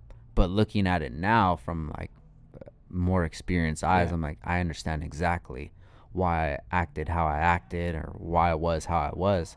Not saying that it was right, but it gives me more of an understanding like why I did those things. Do you think it was like how would you say it? Not a coping mechanism, but like some way to protect yourself? For sure. Yeah. Yeah, I can drop friendships, I can drop relationships at a drop of a dime. Yeah. Because why? I'm used to being by myself. And if you're going to hurt me, if you're going to show me that you don't care, or if there's a miscommunication, whatever it is, all right, I just won't talk to you anymore. And that's such a bad way to live, dude. Because you're not going to invest in anybody else. Like, why is anybody going to invest in you? But at that time, nobody ever invested in me. No one ever cared about me. So I'm going to do what I'm going to do. And I always say this, like, I used to tell like ex-girlfriends, like, yo, this is my world. You're just living in it. Yeah. And then I wonder like why things didn't work out. Like, what the I gotta tell somebody that shit, dude. Fuck. Like I don't know, from what like your story so far, it's like I feel like I'm kind of going through that as well, where it's like I'm kind of doing this on my own, and it's and again, like the coping mechanism, I feel like I can relate to that as well. So I'm learning like a bunch of stuff, man. That's cool. Good, man. Is because I've been through it, dude. And I don't like to come off as a person that just knows a lot, but a person that's just been through a lot of shit, and shit that I caused myself, and things that I've learned that have helped me with that. It's just like working on a car. Like, I know how to work on cars because I've messed up a lot of stuff. Yeah. So if I can help somebody out and tell them like, yo, I've done it that way before, and this is how it worked out for me. I'm not saying you have to do that, but you just take that information. They say like a smart man learns from their mistakes, but a wise man learns from the mistakes of others. So if others could learn from my mistakes, dude, it would definitely benefit. So they don't have to make those mistakes. Yeah. But I get it, dude. It's hard, bro. It's hard doing your own hustle and doing your own thing. And sometimes you're just like, damn, bro, like, why don't you guys show me the love that I show you? Like, why don't you share my podcast? Why don't you like understand that I'm trying hard? But on the opposite side is like they don't have the mental capacity to even think about things at that deep of a level. They don't think about things, what these posts mean to you. You're spending all this time researching these guests, thinking about the conversation, trying to make this conversation happen. You're not making any money from this. Mm-hmm. Like, they don't have the capability of thinking about that because they've never done anything like that before. Yeah. And you can't hold that against them or expect that from them. You can't expect things from people who've never been down that road before. But what you can do is you can be the leader, dude, because you're already strong enough. You're already doing it. Yeah. You don't need anybody to help you out. You got you. For sure. And that's how I always looked at it, dude. Yeah. I got me, dude. And at one point, it was, I got me, worry about whatever you got. I'm not worried about it because I'm taking care of me. I'm worried about me. But now it's, I got me. I've built myself up where I can withstand your problem, whoever's else's problem. Like your glass is full, and it's like you have more room to like share. For sure. Yeah. When this friend has a problem and they don't have nobody to talk to, like I didn't have nobody to talk to, now you could talk to me. I'm that person that nobody was for me. And that's so powerful, That dude. is, man. That is. You're that person for other people. Yeah. There's people looking at you right now that went to high school with you and like, damn, he's killing it, bro. He's doing big things. And then from your point of view, you're just like, man, why can't anybody just like share my stuff? Oh, exactly. Like, dude, I have those thoughts where I'm like, of course. Yeah, it's like, bro, like I'm doing this. But like you said, it's like I also have those thoughts where I'm like, I have to just keep pushing, keep doing what I love to do, and I mean that's it. They don't know any better, dude. Yeah. That's it. All the people that I used to hang out with in the past, like I used to look at it like, bro, you don't fucking, you're not a good friend or whatever. But how do I know that they know how to be a good friend? And then now that I'm looking at things from like an adult's point of view, it's like I knew the family that they grew up in. I knew the atmosphere that they grew up in. I knew the people that they would hang out with. Why am I expecting them to think about what I got going on in some sort of like deep way when like everything in their entire life is shallow? And that's like no disrespect, bro, but it's just the reality of it. Yeah. If you work a 9 to 5 that you hate, if all you do is just like talk shit about people and you go to the club and get fucked up, you don't have a good relationship with your friends, your family, whatever, like that's a lot of people, dude. That's not a minority of people. That's a majority of people. Yeah. And it sucks because they don't realize that they could have a better life. Yeah. And like everything starts from like within yourself. And then it's like that. I mean, that's it. I think like there's a quote, everyone wants to change the world, but nobody wants to change themselves. Bro, you see all these people on social media talking so much about this and that, the abortion, and you're talking about COVID, and you're talking about Russia. I'm like, bro, your check engine light has been on for months. Yeah. That's something you could impact. You're not going to impact the entire world. You're just taking your energy and focusing it on something else and trying to be self-righteous so you don't have to look back at the shit that you got to take care of. Yeah. The way that you treated people, how you still treat people. The check engine light of the mind, exactly, of the body. Dude. You're not worried about that shit, but you're worried about there's potholes on the road. What's going on? What's around my taxes? Like, bro, your car's about to break down anyways, dude. You're not going to have to worry about it. You got that Nissan Altima with the bald tires. Exactly, dude. Exactly. But I can't blame people for that, dude. No, yeah. It sucks. It sucks that they're going to live their life like that.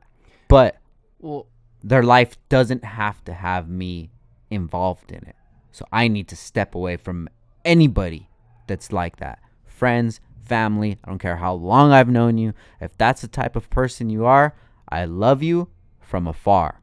The only people that I'm going to have around me are people that actually care about me and people that, you know, they treat people right.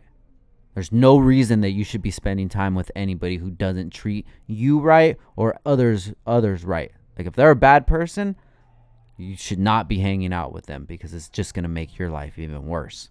Yep. You become who you surround yourself with. For sure. Yeah. And then if you don't want that, be by yourself, dude. Build up yourself, and then you'll be that strong person. Like I was the person who was by themselves at lunch, and now I'm the person who motivates other people. How does that happen? It starts within. Within, dude. Yeah. And I'm building within every day, all the time. Yeah. And trying to figure out, like, damn, what did I do today that I wasn't really stoked on?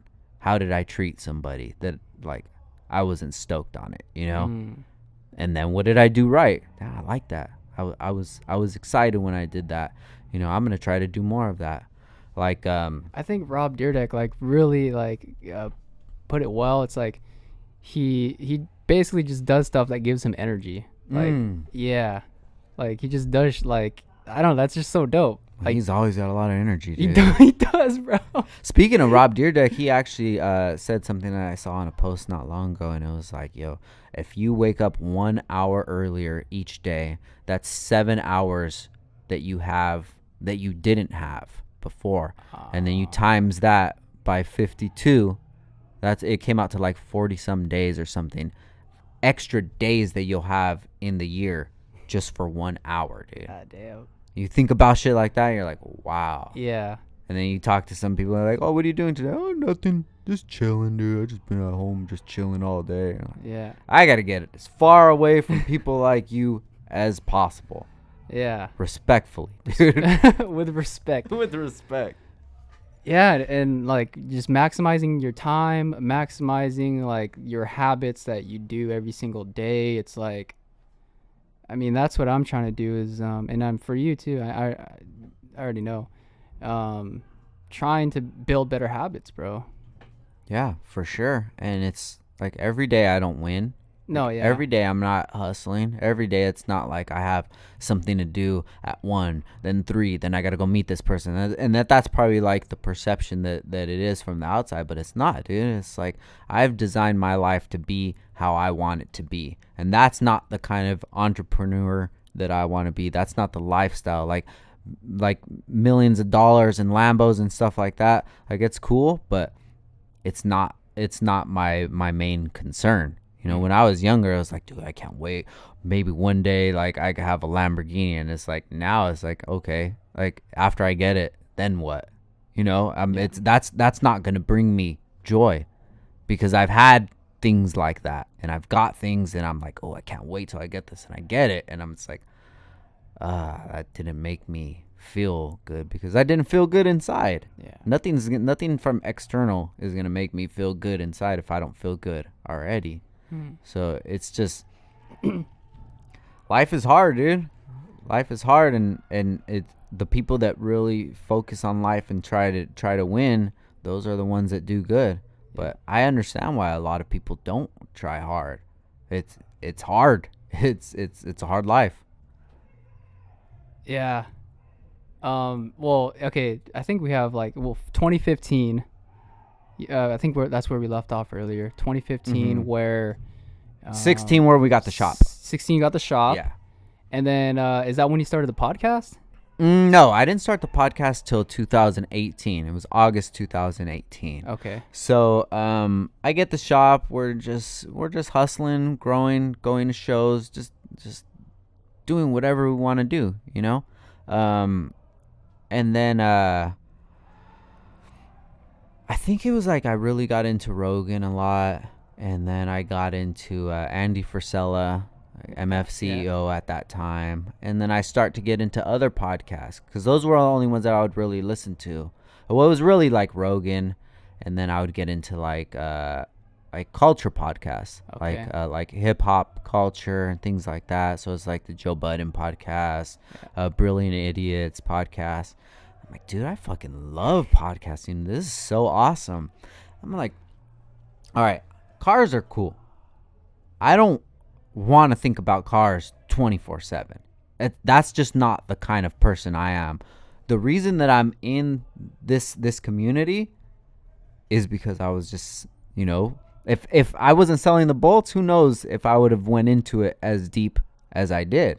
That motivated me to stay in it and to feed the machine, and it leads to, like, building better cars, better motors, better engines, or whatever, better builds, going into magazines, things like that. But it was about like 2018 I started to get burned out, and I'm like, man, this is like, I don't want to just talk about cars all the time.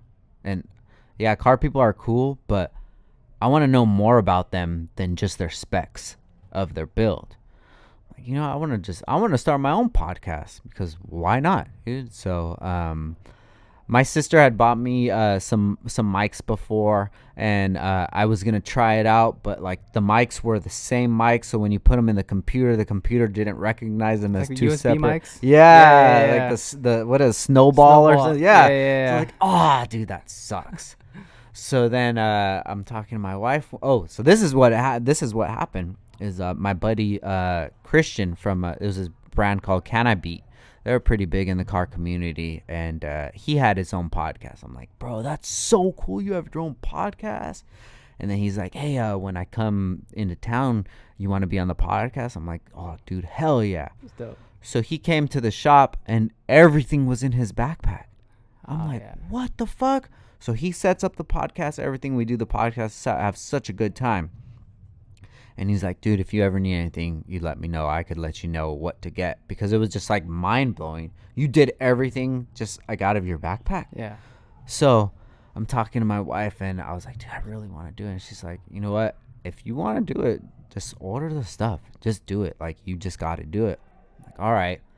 It's like $1,200 or something. I'm like, let's do it. Like, if this is something you want to do, because I didn't want to buy cheap mics, because if it didn't go right, it would be so easy for me to just not do it. Yeah. If I really want to do it, I got to make it happen. Yeah. I bought all the stuff, Shure mics, the mic stands, the pop filter, everything, dude. I had the Zoom it was the H6 at that time. I had the H6, and then I set it up in my garage. I had a little table, and I probably did like 10 podcasts before I even released one. Oh, shit. And I would do them with my buddies and cousins and things like that. And then finally, I was like, all right, it's time to start this. And I started the first podcast episode while I was at a show. I had a buddy, and I did the podcast with him, like at the house, the Airbnb that we stayed with. We did the podcast. It was a 2-part podcast. So episode 1 and 2 was him, and then people dug it. And I'm like, oh, that's cool, dude. So then I just kept grinding from there, just on the podcast, just getting more people on. I would even have people come over to my house. I set up a little table, and I had like a banner in the back. It was in my garage. And it wasn't till episode like early 60s that I was like, you know what, I'm gonna do this at the shop. At the shop, I had a room that we just had a couch in, and it was like my office, but I never really did office shit in there. It was just like an extra room to have. Okay. Like, this office will make this a podcast studio. Made the studio, and it just started growing from there. Yeah. And there was a point where I was doing 2 podcasts a week, which is insane, dude. Yeah. A lot of our podcasts are an hour and a half plus. Yeah. Most of the time, it's hour and a half plus. I've done like a few 5-hour podcasts before, dude. Shit, just sitting and chopping. Fuck. No breaks, no nothing, just going, dude. And I loved it. And then I started to have a lot of the big names in the community, because I've known these guys, for the last 10 years or what have you. I was like, hey, I want to come be on the podcast. And they're like, all right, cool, because everybody wants to talk about themselves, Yeah. But I don't want to talk about their build. I wanted to talk about them and what made them, get to where they're at, and what their motivation was. And then it just started to grow from there. And I think the last one we released was like 230s, something like that. Yeah. But we've had a lot of crazy guests on there before, dude. And it's a blessing, man. I remember, dude, this was like maybe like 2-3 years ago or something like that. You had posted, you had to record some earlier podcasts, like 2 a day or something like that, or like 2 in like 2 days or something like that, in order to like go on vacation to have them ready to be released. I remember that, dude. See, I don't even remember those, but that makes sense because I knew if I was uploading on these days and I was going to be gone, there's no way for me to do it. Yeah. Because I was still on my grind. I'm still going to these shows and stuff. Yeah. But I would take my podcast stuff with me to the shows. Bro, I could knock out 2-3 podcasts in that weekend. Yeah. Sometimes I would do 2 All right, you're done. All right, thanks, bro.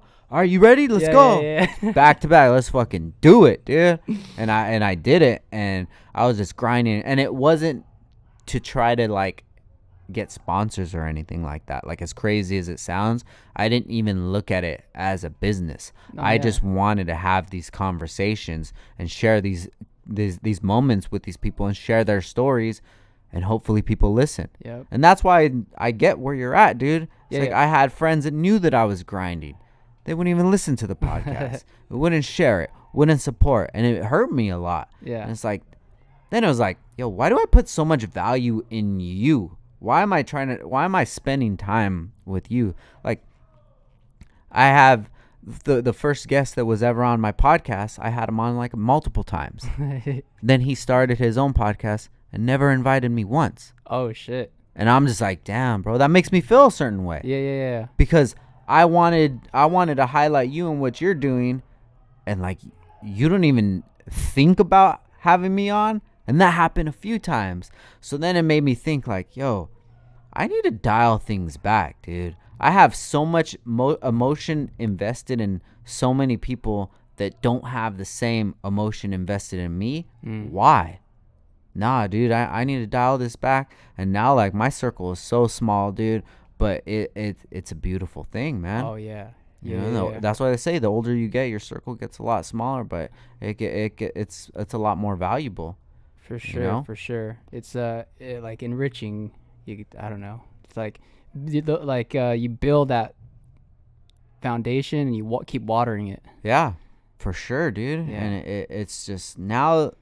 The podcast, like, we're just redoing the studio upstairs. It's almost ready to go, and I'm gonna jump back on doing once a week because I know I could do 2 a week. Why can't I do once a week?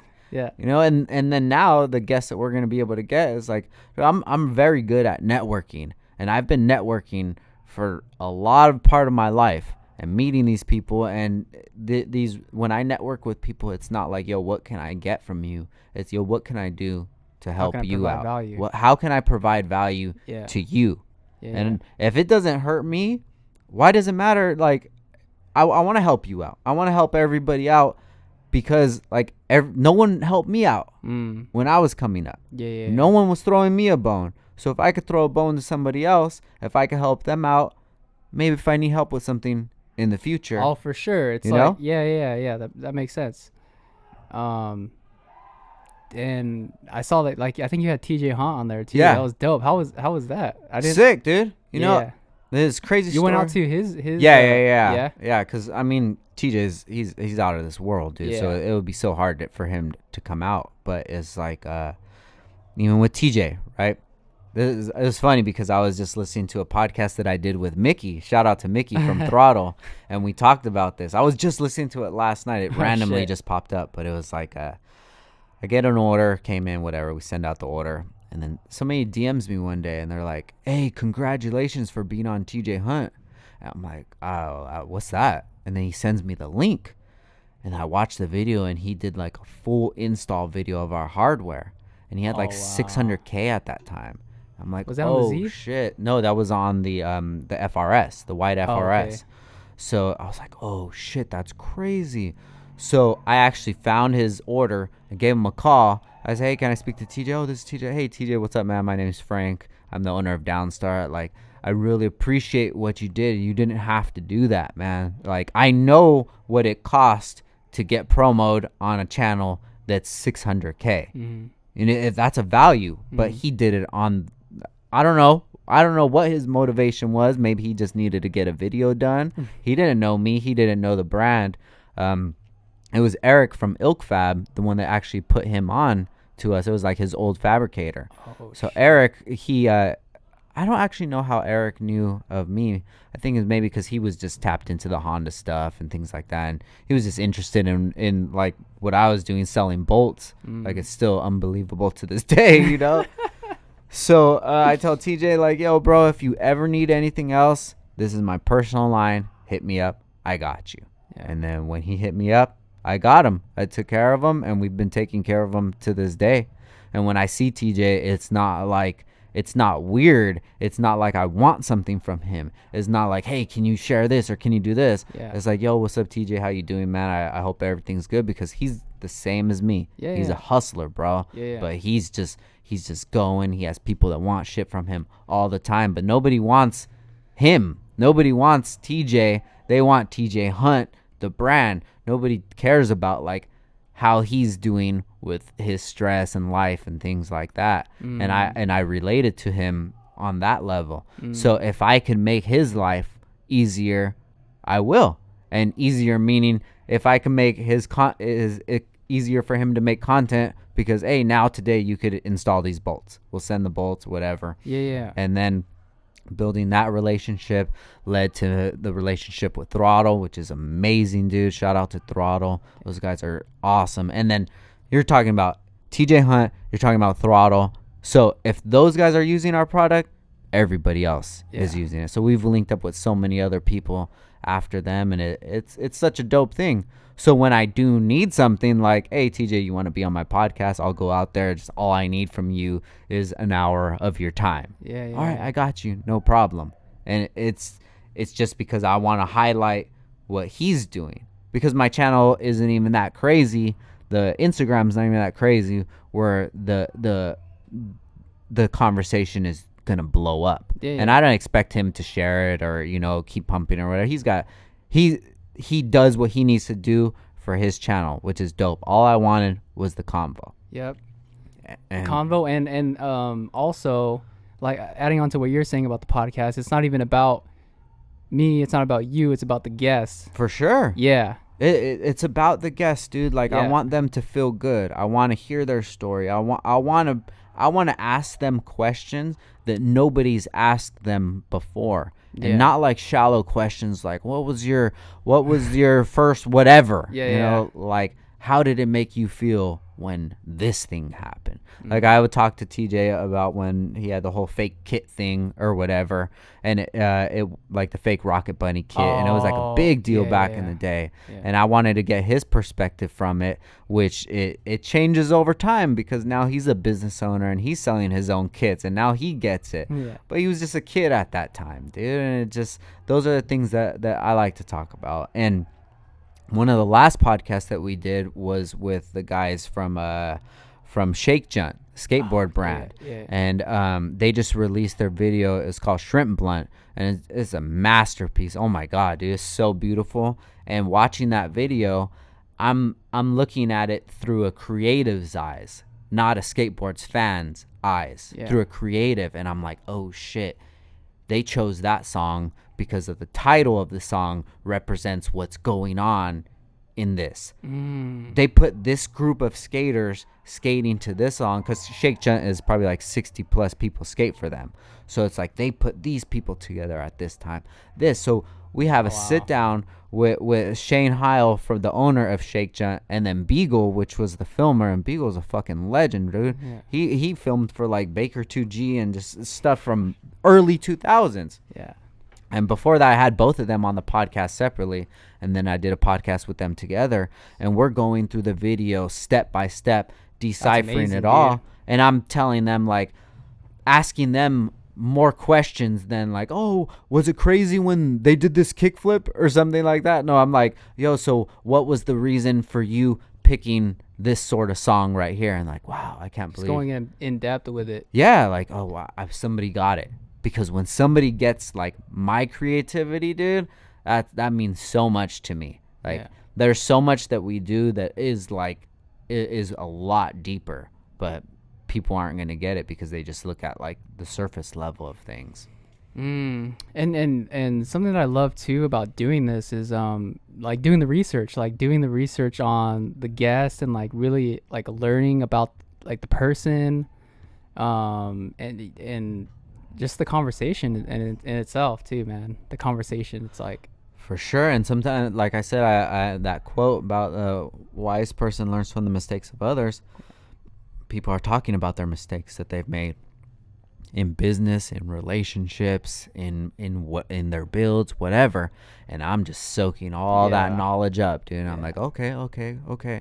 So if I come to that situation one day, I'm like, well, this person that I respect enough to have a conversation with went through the same thing, and this is how it went for them. So let me take that ammo that they gave me and kind of approach the situation in that way. And that's where I get my value from my monetary value from the podcast. And we did get sponsors, we had we do have, I haven't had the conversation with them lately, but when we started to dial back on episodes, I stopped charging them because I just didn't think it was right, like getting off of a schedule yet still charging them to do the pod, and now like my reach has changed a lot, so we're gonna have a different conversation once I open the new studio up again, see who wants to be part of it or whatever. But it's like I want to provide some value to them for sure. I want to make sure that they feel like the money that they're paying for the podcast is growing.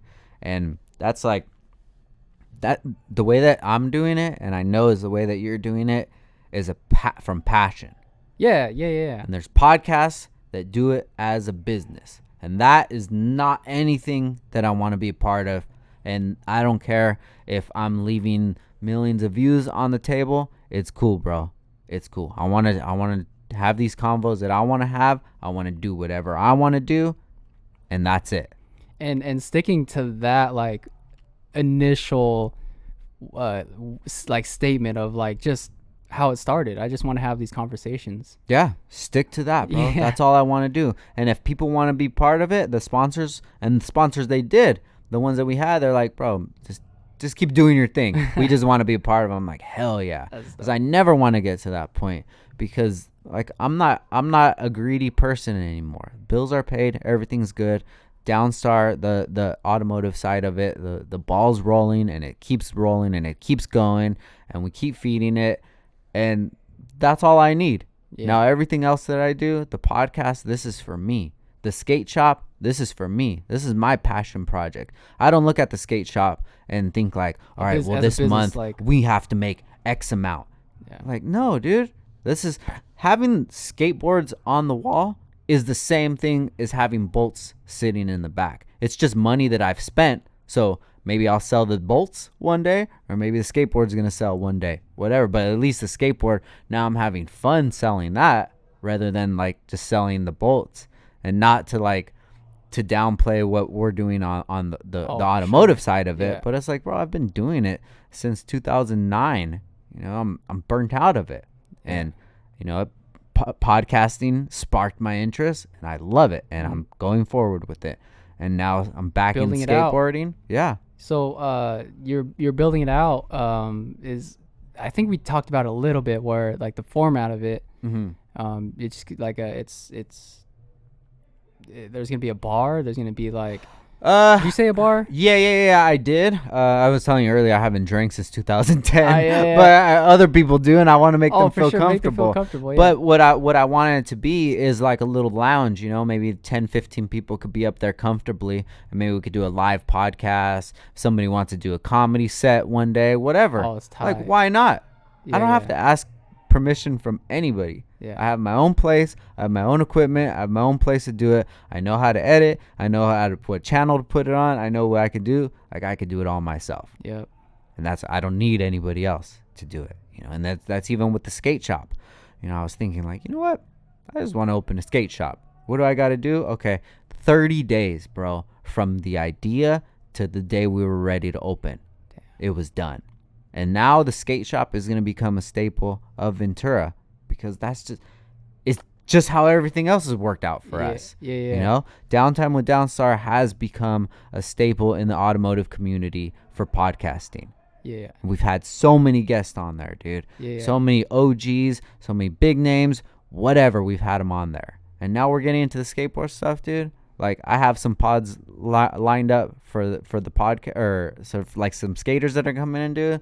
It's gonna be like, yo, this is a big name, bro. Not Tony Hawk, but Yeah. but you know, and it's just like whatever I want to happen is gonna happen, Sure. and I'm gonna make it happen because like I just know the trick, and the trick is just to listen to that voice in your head that's just like, let's just do it, let's give it a try. And yeah, and it's like, if it fails, like it's a learning experience for the next thing. For sure, dude. Like, if the skate shop fails, like, how is it gonna fail? Okay, I could sell all the skateboards for the cost that I bought them for, get my money back, and we're like, that was cool. Yeah. How is it gonna fail? You know, Yeah. It's not gonna fail, dude. Yeah. It's not. And Downstar's not gonna fail. Oh, and no. I'm not gonna fail, because if it's not Beanie Babies, it's CDs. If it's not CDs, it's Hot Wheels. If it's not Hot Wheels, it's Bolt. If it's not Bolt, it's skateboards. Like, I'm a hustler, bro. And at the end of the day, that's all it comes down to.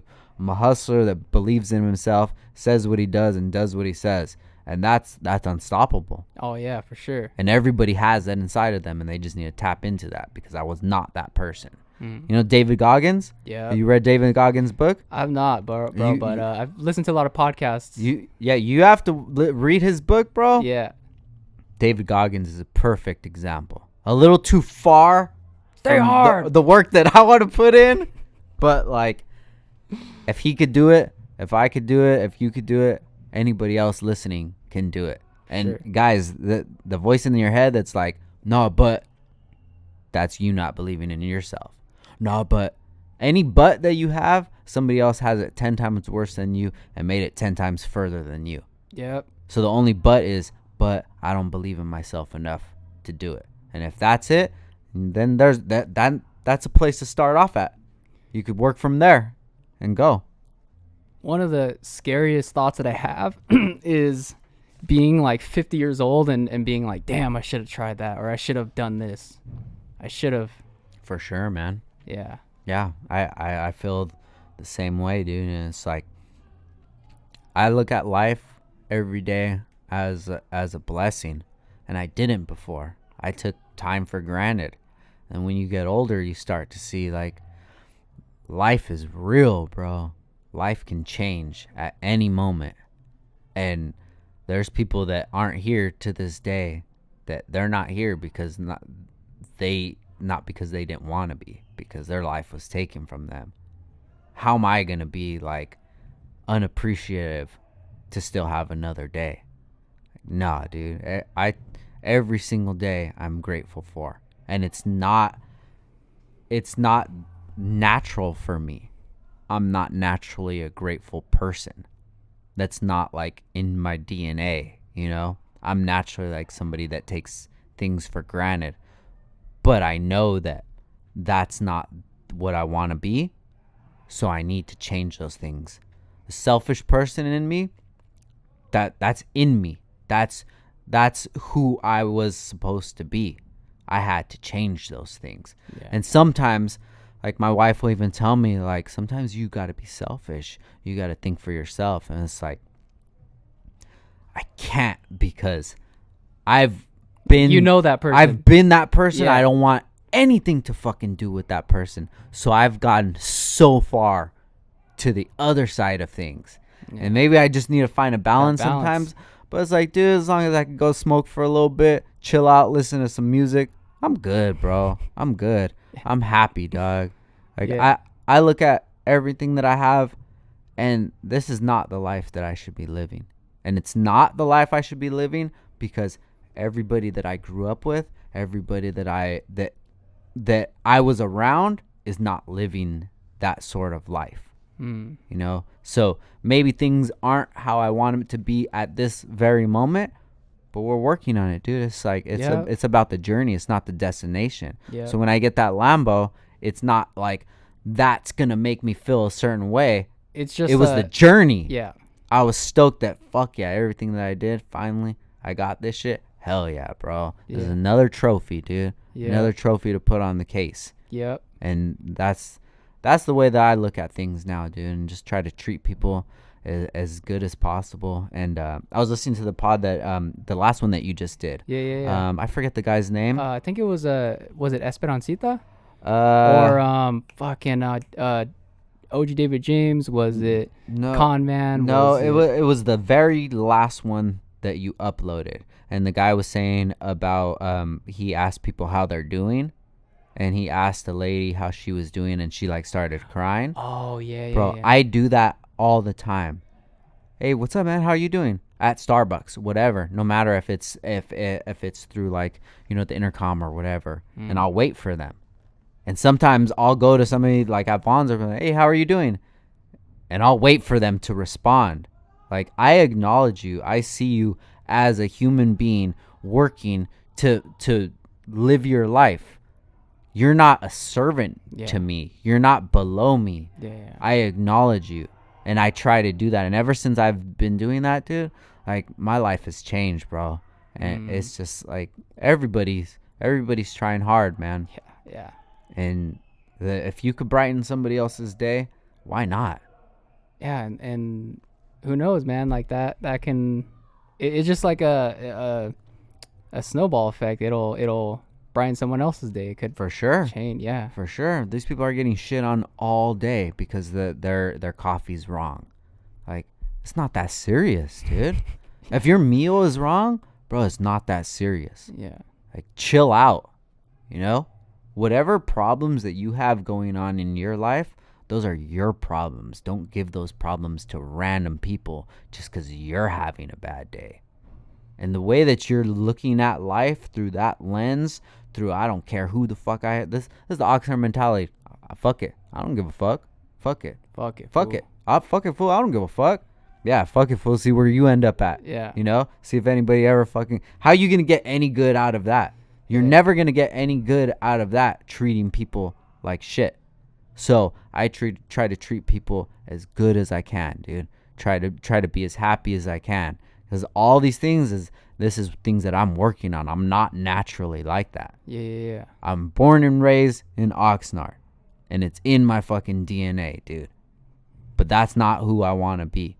I have so much pride from where I'm from because it made me hard as who I am. But do I want to be hard, mean mugging, have people scared of me? Or do I want to be hard to be like, yo, my boy's having a problem. What's up, bro? Give me some of your weight. I got you, dude. Like, what's your problem, man? Let's talk about it. You know, that's strength to me. Oh, for sure. Being a gangster and like fighting people and shit like that, that's a little boy protecting himself inside. That's not strong. What's strong is like being able to see your emotions and feel your emotions. And like, you gotta cry sometimes. You gotta cry, bro. Sure. You gotta feel that shit. That's strength. There's strength in vulnerability. Definitely, Yeah, dude. Definitely. And that's something that I really tap into, man, because I don't care I do care what other people think, but like not to that point. Like if somebody's gonna look at me and like, you're a bitch, you talk about your feelings. I'm like, where you? What's this, Varsity Blues, bro? Like, what are you? You know? Well, yeah. When people say that, it's like I know who I am, so I'm good. It's I'm like, good, bro. Yeah. You can think whatever you want about me. Yeah, I'm good, dude. Yeah. You know, and like I had the ego, dude. I still have it. I have that ego still, but I've learned to change that ego into a different way.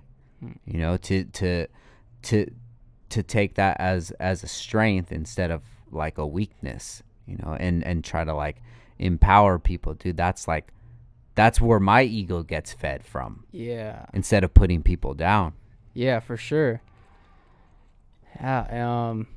Also, it's like, I can relate to you knowing that you were that kid, and having someone else being able to help kids like in that position. I think that's like, I wish I had someone like that. Yeah. When I was 16, 17. For sure. Yeah. If I can be that person. You know, my son has this little crew that he skates with, bro. If I could go out there and skate with them and hang with them and, you know, have a good time and talk to them, not like kids, but like equals, like, that's something that I never had. You know, I want to be that for other people. You know, and that was one of the real motivations for the skate shop, because I haven't even talked about this publicly, but in January 2021, my dad had a stroke. He had COVID, and then he ended up having a stroke. So he's at CMH, right? And we're just like, I don't know if he's gonna make it, dude. We're waiting outside, and we're just like, the family's out there, and dude, and we're just like, damn, hopefully we get some good news. We're just there, you know. Bro, this is fucking heavy, dude. I'm gonna just go into 5 points right now, bro. I'm gonna go into 5 points because like that's been like a place that I could just get away from ever since I was a kid. Let me just go in there. Maybe I'll buy something, maybe I won't. I'll just look around, check out some decks, get my mind away from shit, right? So I go in there, and the guy Frank, shout out to Frank, bro. He says, hey, if you guys listening, if you notice that guy that has the glasses and the glasses like split in the middle or whatever, real dickhead guy, right? So I go in there and I'm like, just walking in, and he's like, hey, can I help you? I'm like, no, man, I'm just looking around. He says, well, this is not for browsing. And I was like, damn, that fucking hurt my feelings so much, bro. Bro, you fucking said that? He told me that. Oh, no. And I was like, damn, bro. When my son wanted to start skating in January 2019, first spot I went to was 5 points. Took him there. Bought him a deck from that guy. Oh, Bought shit. me a deck. So stoked, bro, because I could share this moment with my son. I'm having like one of the worst days of my life, dude. Yeah. And this guy just shits on me. I just turned around and walked out, dude. I didn't even argue, say nothing. I'm like, fuck, dude, what a fucked up day, bro. Yeah. At this time, I had a friend that works for Baker, and we're building a relationship. And Baker has a distribution with like 7 brands under it. That moment, I'm like, you know what? This is my best friend now, Jay. I'm like, you know what? I'm going to hit Jay up, dude. I'm going to get an account with Baker Boys, and I'm going to open a skate shop. Because if this dude made me feel this way, how many other kids have he made feel this way? Yeah. How many kids that see their friends skating at school and be like, oh, I want to go get a skateboard, and their parents take them there and deal with a person like that. And then that person is like, you know, I'll get you a skateboard from this asshole. We'll go get you a scooter, a bike, or whatever. I'll go get you a video game. Oh, okay. That's one less skater that we're going to have. Yeah. Nah, bro. Hell no. I know business. I know marketing. I know hustling. And one thing I know is how to treat people, dude. Anybody that comes into the skate shop, dude, so much love I give to them. The parents, I'll talk to them, dude, have a good conversation. The kids, I'm stoked. Hey, you guys could buy something. You guys don't have to buy it. You guys could chill. You guys could watch skate videos, whatever, dude. It's all good. Stoked. Because we need a spot here in Ventura. We need a spot that people can come to and have their money appreciated, have their business appreciated. Yeah. And I don't want it to come off as like a spite thing, because I already wanted to open a skate shop, but that definitely put the battery in my back. Oh, for sure. And that's Downstar. Skate is going to become a staple in not only Ventura, but worldwide, dude. Yeah. And how is that going to happen? Well, just check how Downstar happened, bro. Yeah. Same way. And I did that from zero knowledge. I have 12 years of knowledge behind me, dude. There's no problem. We just got connected with a brand where we're going to get our own skateboards made, own wheels made. I already have the vision, dude. We're going to have CCS one day. It's going to have Downstar Skate in CCS, dude. It's hard. And that's what's going to happen. So shout out to him, bro. You know? Shout out to Frank. But Damn, man. you got to treat people right. You got to treat people right, because I could have been just some other jackass off the street, or I could have been someone who's going to be your competition now. Sure. You know? Yeah. And it's just that whole culture. It's, I mean, when I say culture, it's like of the shop or of the business. It reveals itself like, oh, this is how they are. Like, I don't want to shop there. For sure. Yeah. Especially in these times, dude. Yeah. Dude, your dollar's worth so much money now, bro. Yeah. Like, or so little. Your time is worth so little now. You have to work so much harder just to make ends meet. And then you want to feed your hobby. You're going to spend $70 on a deck and go buy it from someone who doesn't give a fuck about your money or about you, or that's going to treat you like shit. Nah, bro. That's not how it's going to work these days. Maybe back in the 90s. Yeah. That's how it was. Not anymore. Not these days, dude. So it's I'm excited for it. Yeah, bro, and that's dope, man. Having that open, and where is it at for people listening? So the address is 4475 DuPont Court, number 13, and that's in Ventura, California. But if you're familiar with the area, it's like behind Chick-fil-A where all the like industrial buildings are, kind of by like Sounds Good Stereo, around that area. Cool. If you guys are ever in the area, please stop by. And shout out to my son Christian, bro, because if he never wanted to get on a skateboard, we wouldn't be here today. I wouldn't be back in skateboarding. I would love skateboarding, but I wouldn't be back on a skateboard. And he makes me better every day. Just for him being such an amazing son, but for him actually getting better too. 'Cause I'm a competitive person. I'm like, you little shit. You're 15, bro. You're doing I'm so we're always battling. Oh, but he's getting me now, dude. These guys, I think you guys have a rail too, right? Yeah, we have 2 rails, man. Rail. We always go back and forth, and sometimes he'll be like, Dad, can you try it? So he wants to see, like, if I could do it or if I could get close. And he'd be like, all right, I could do it.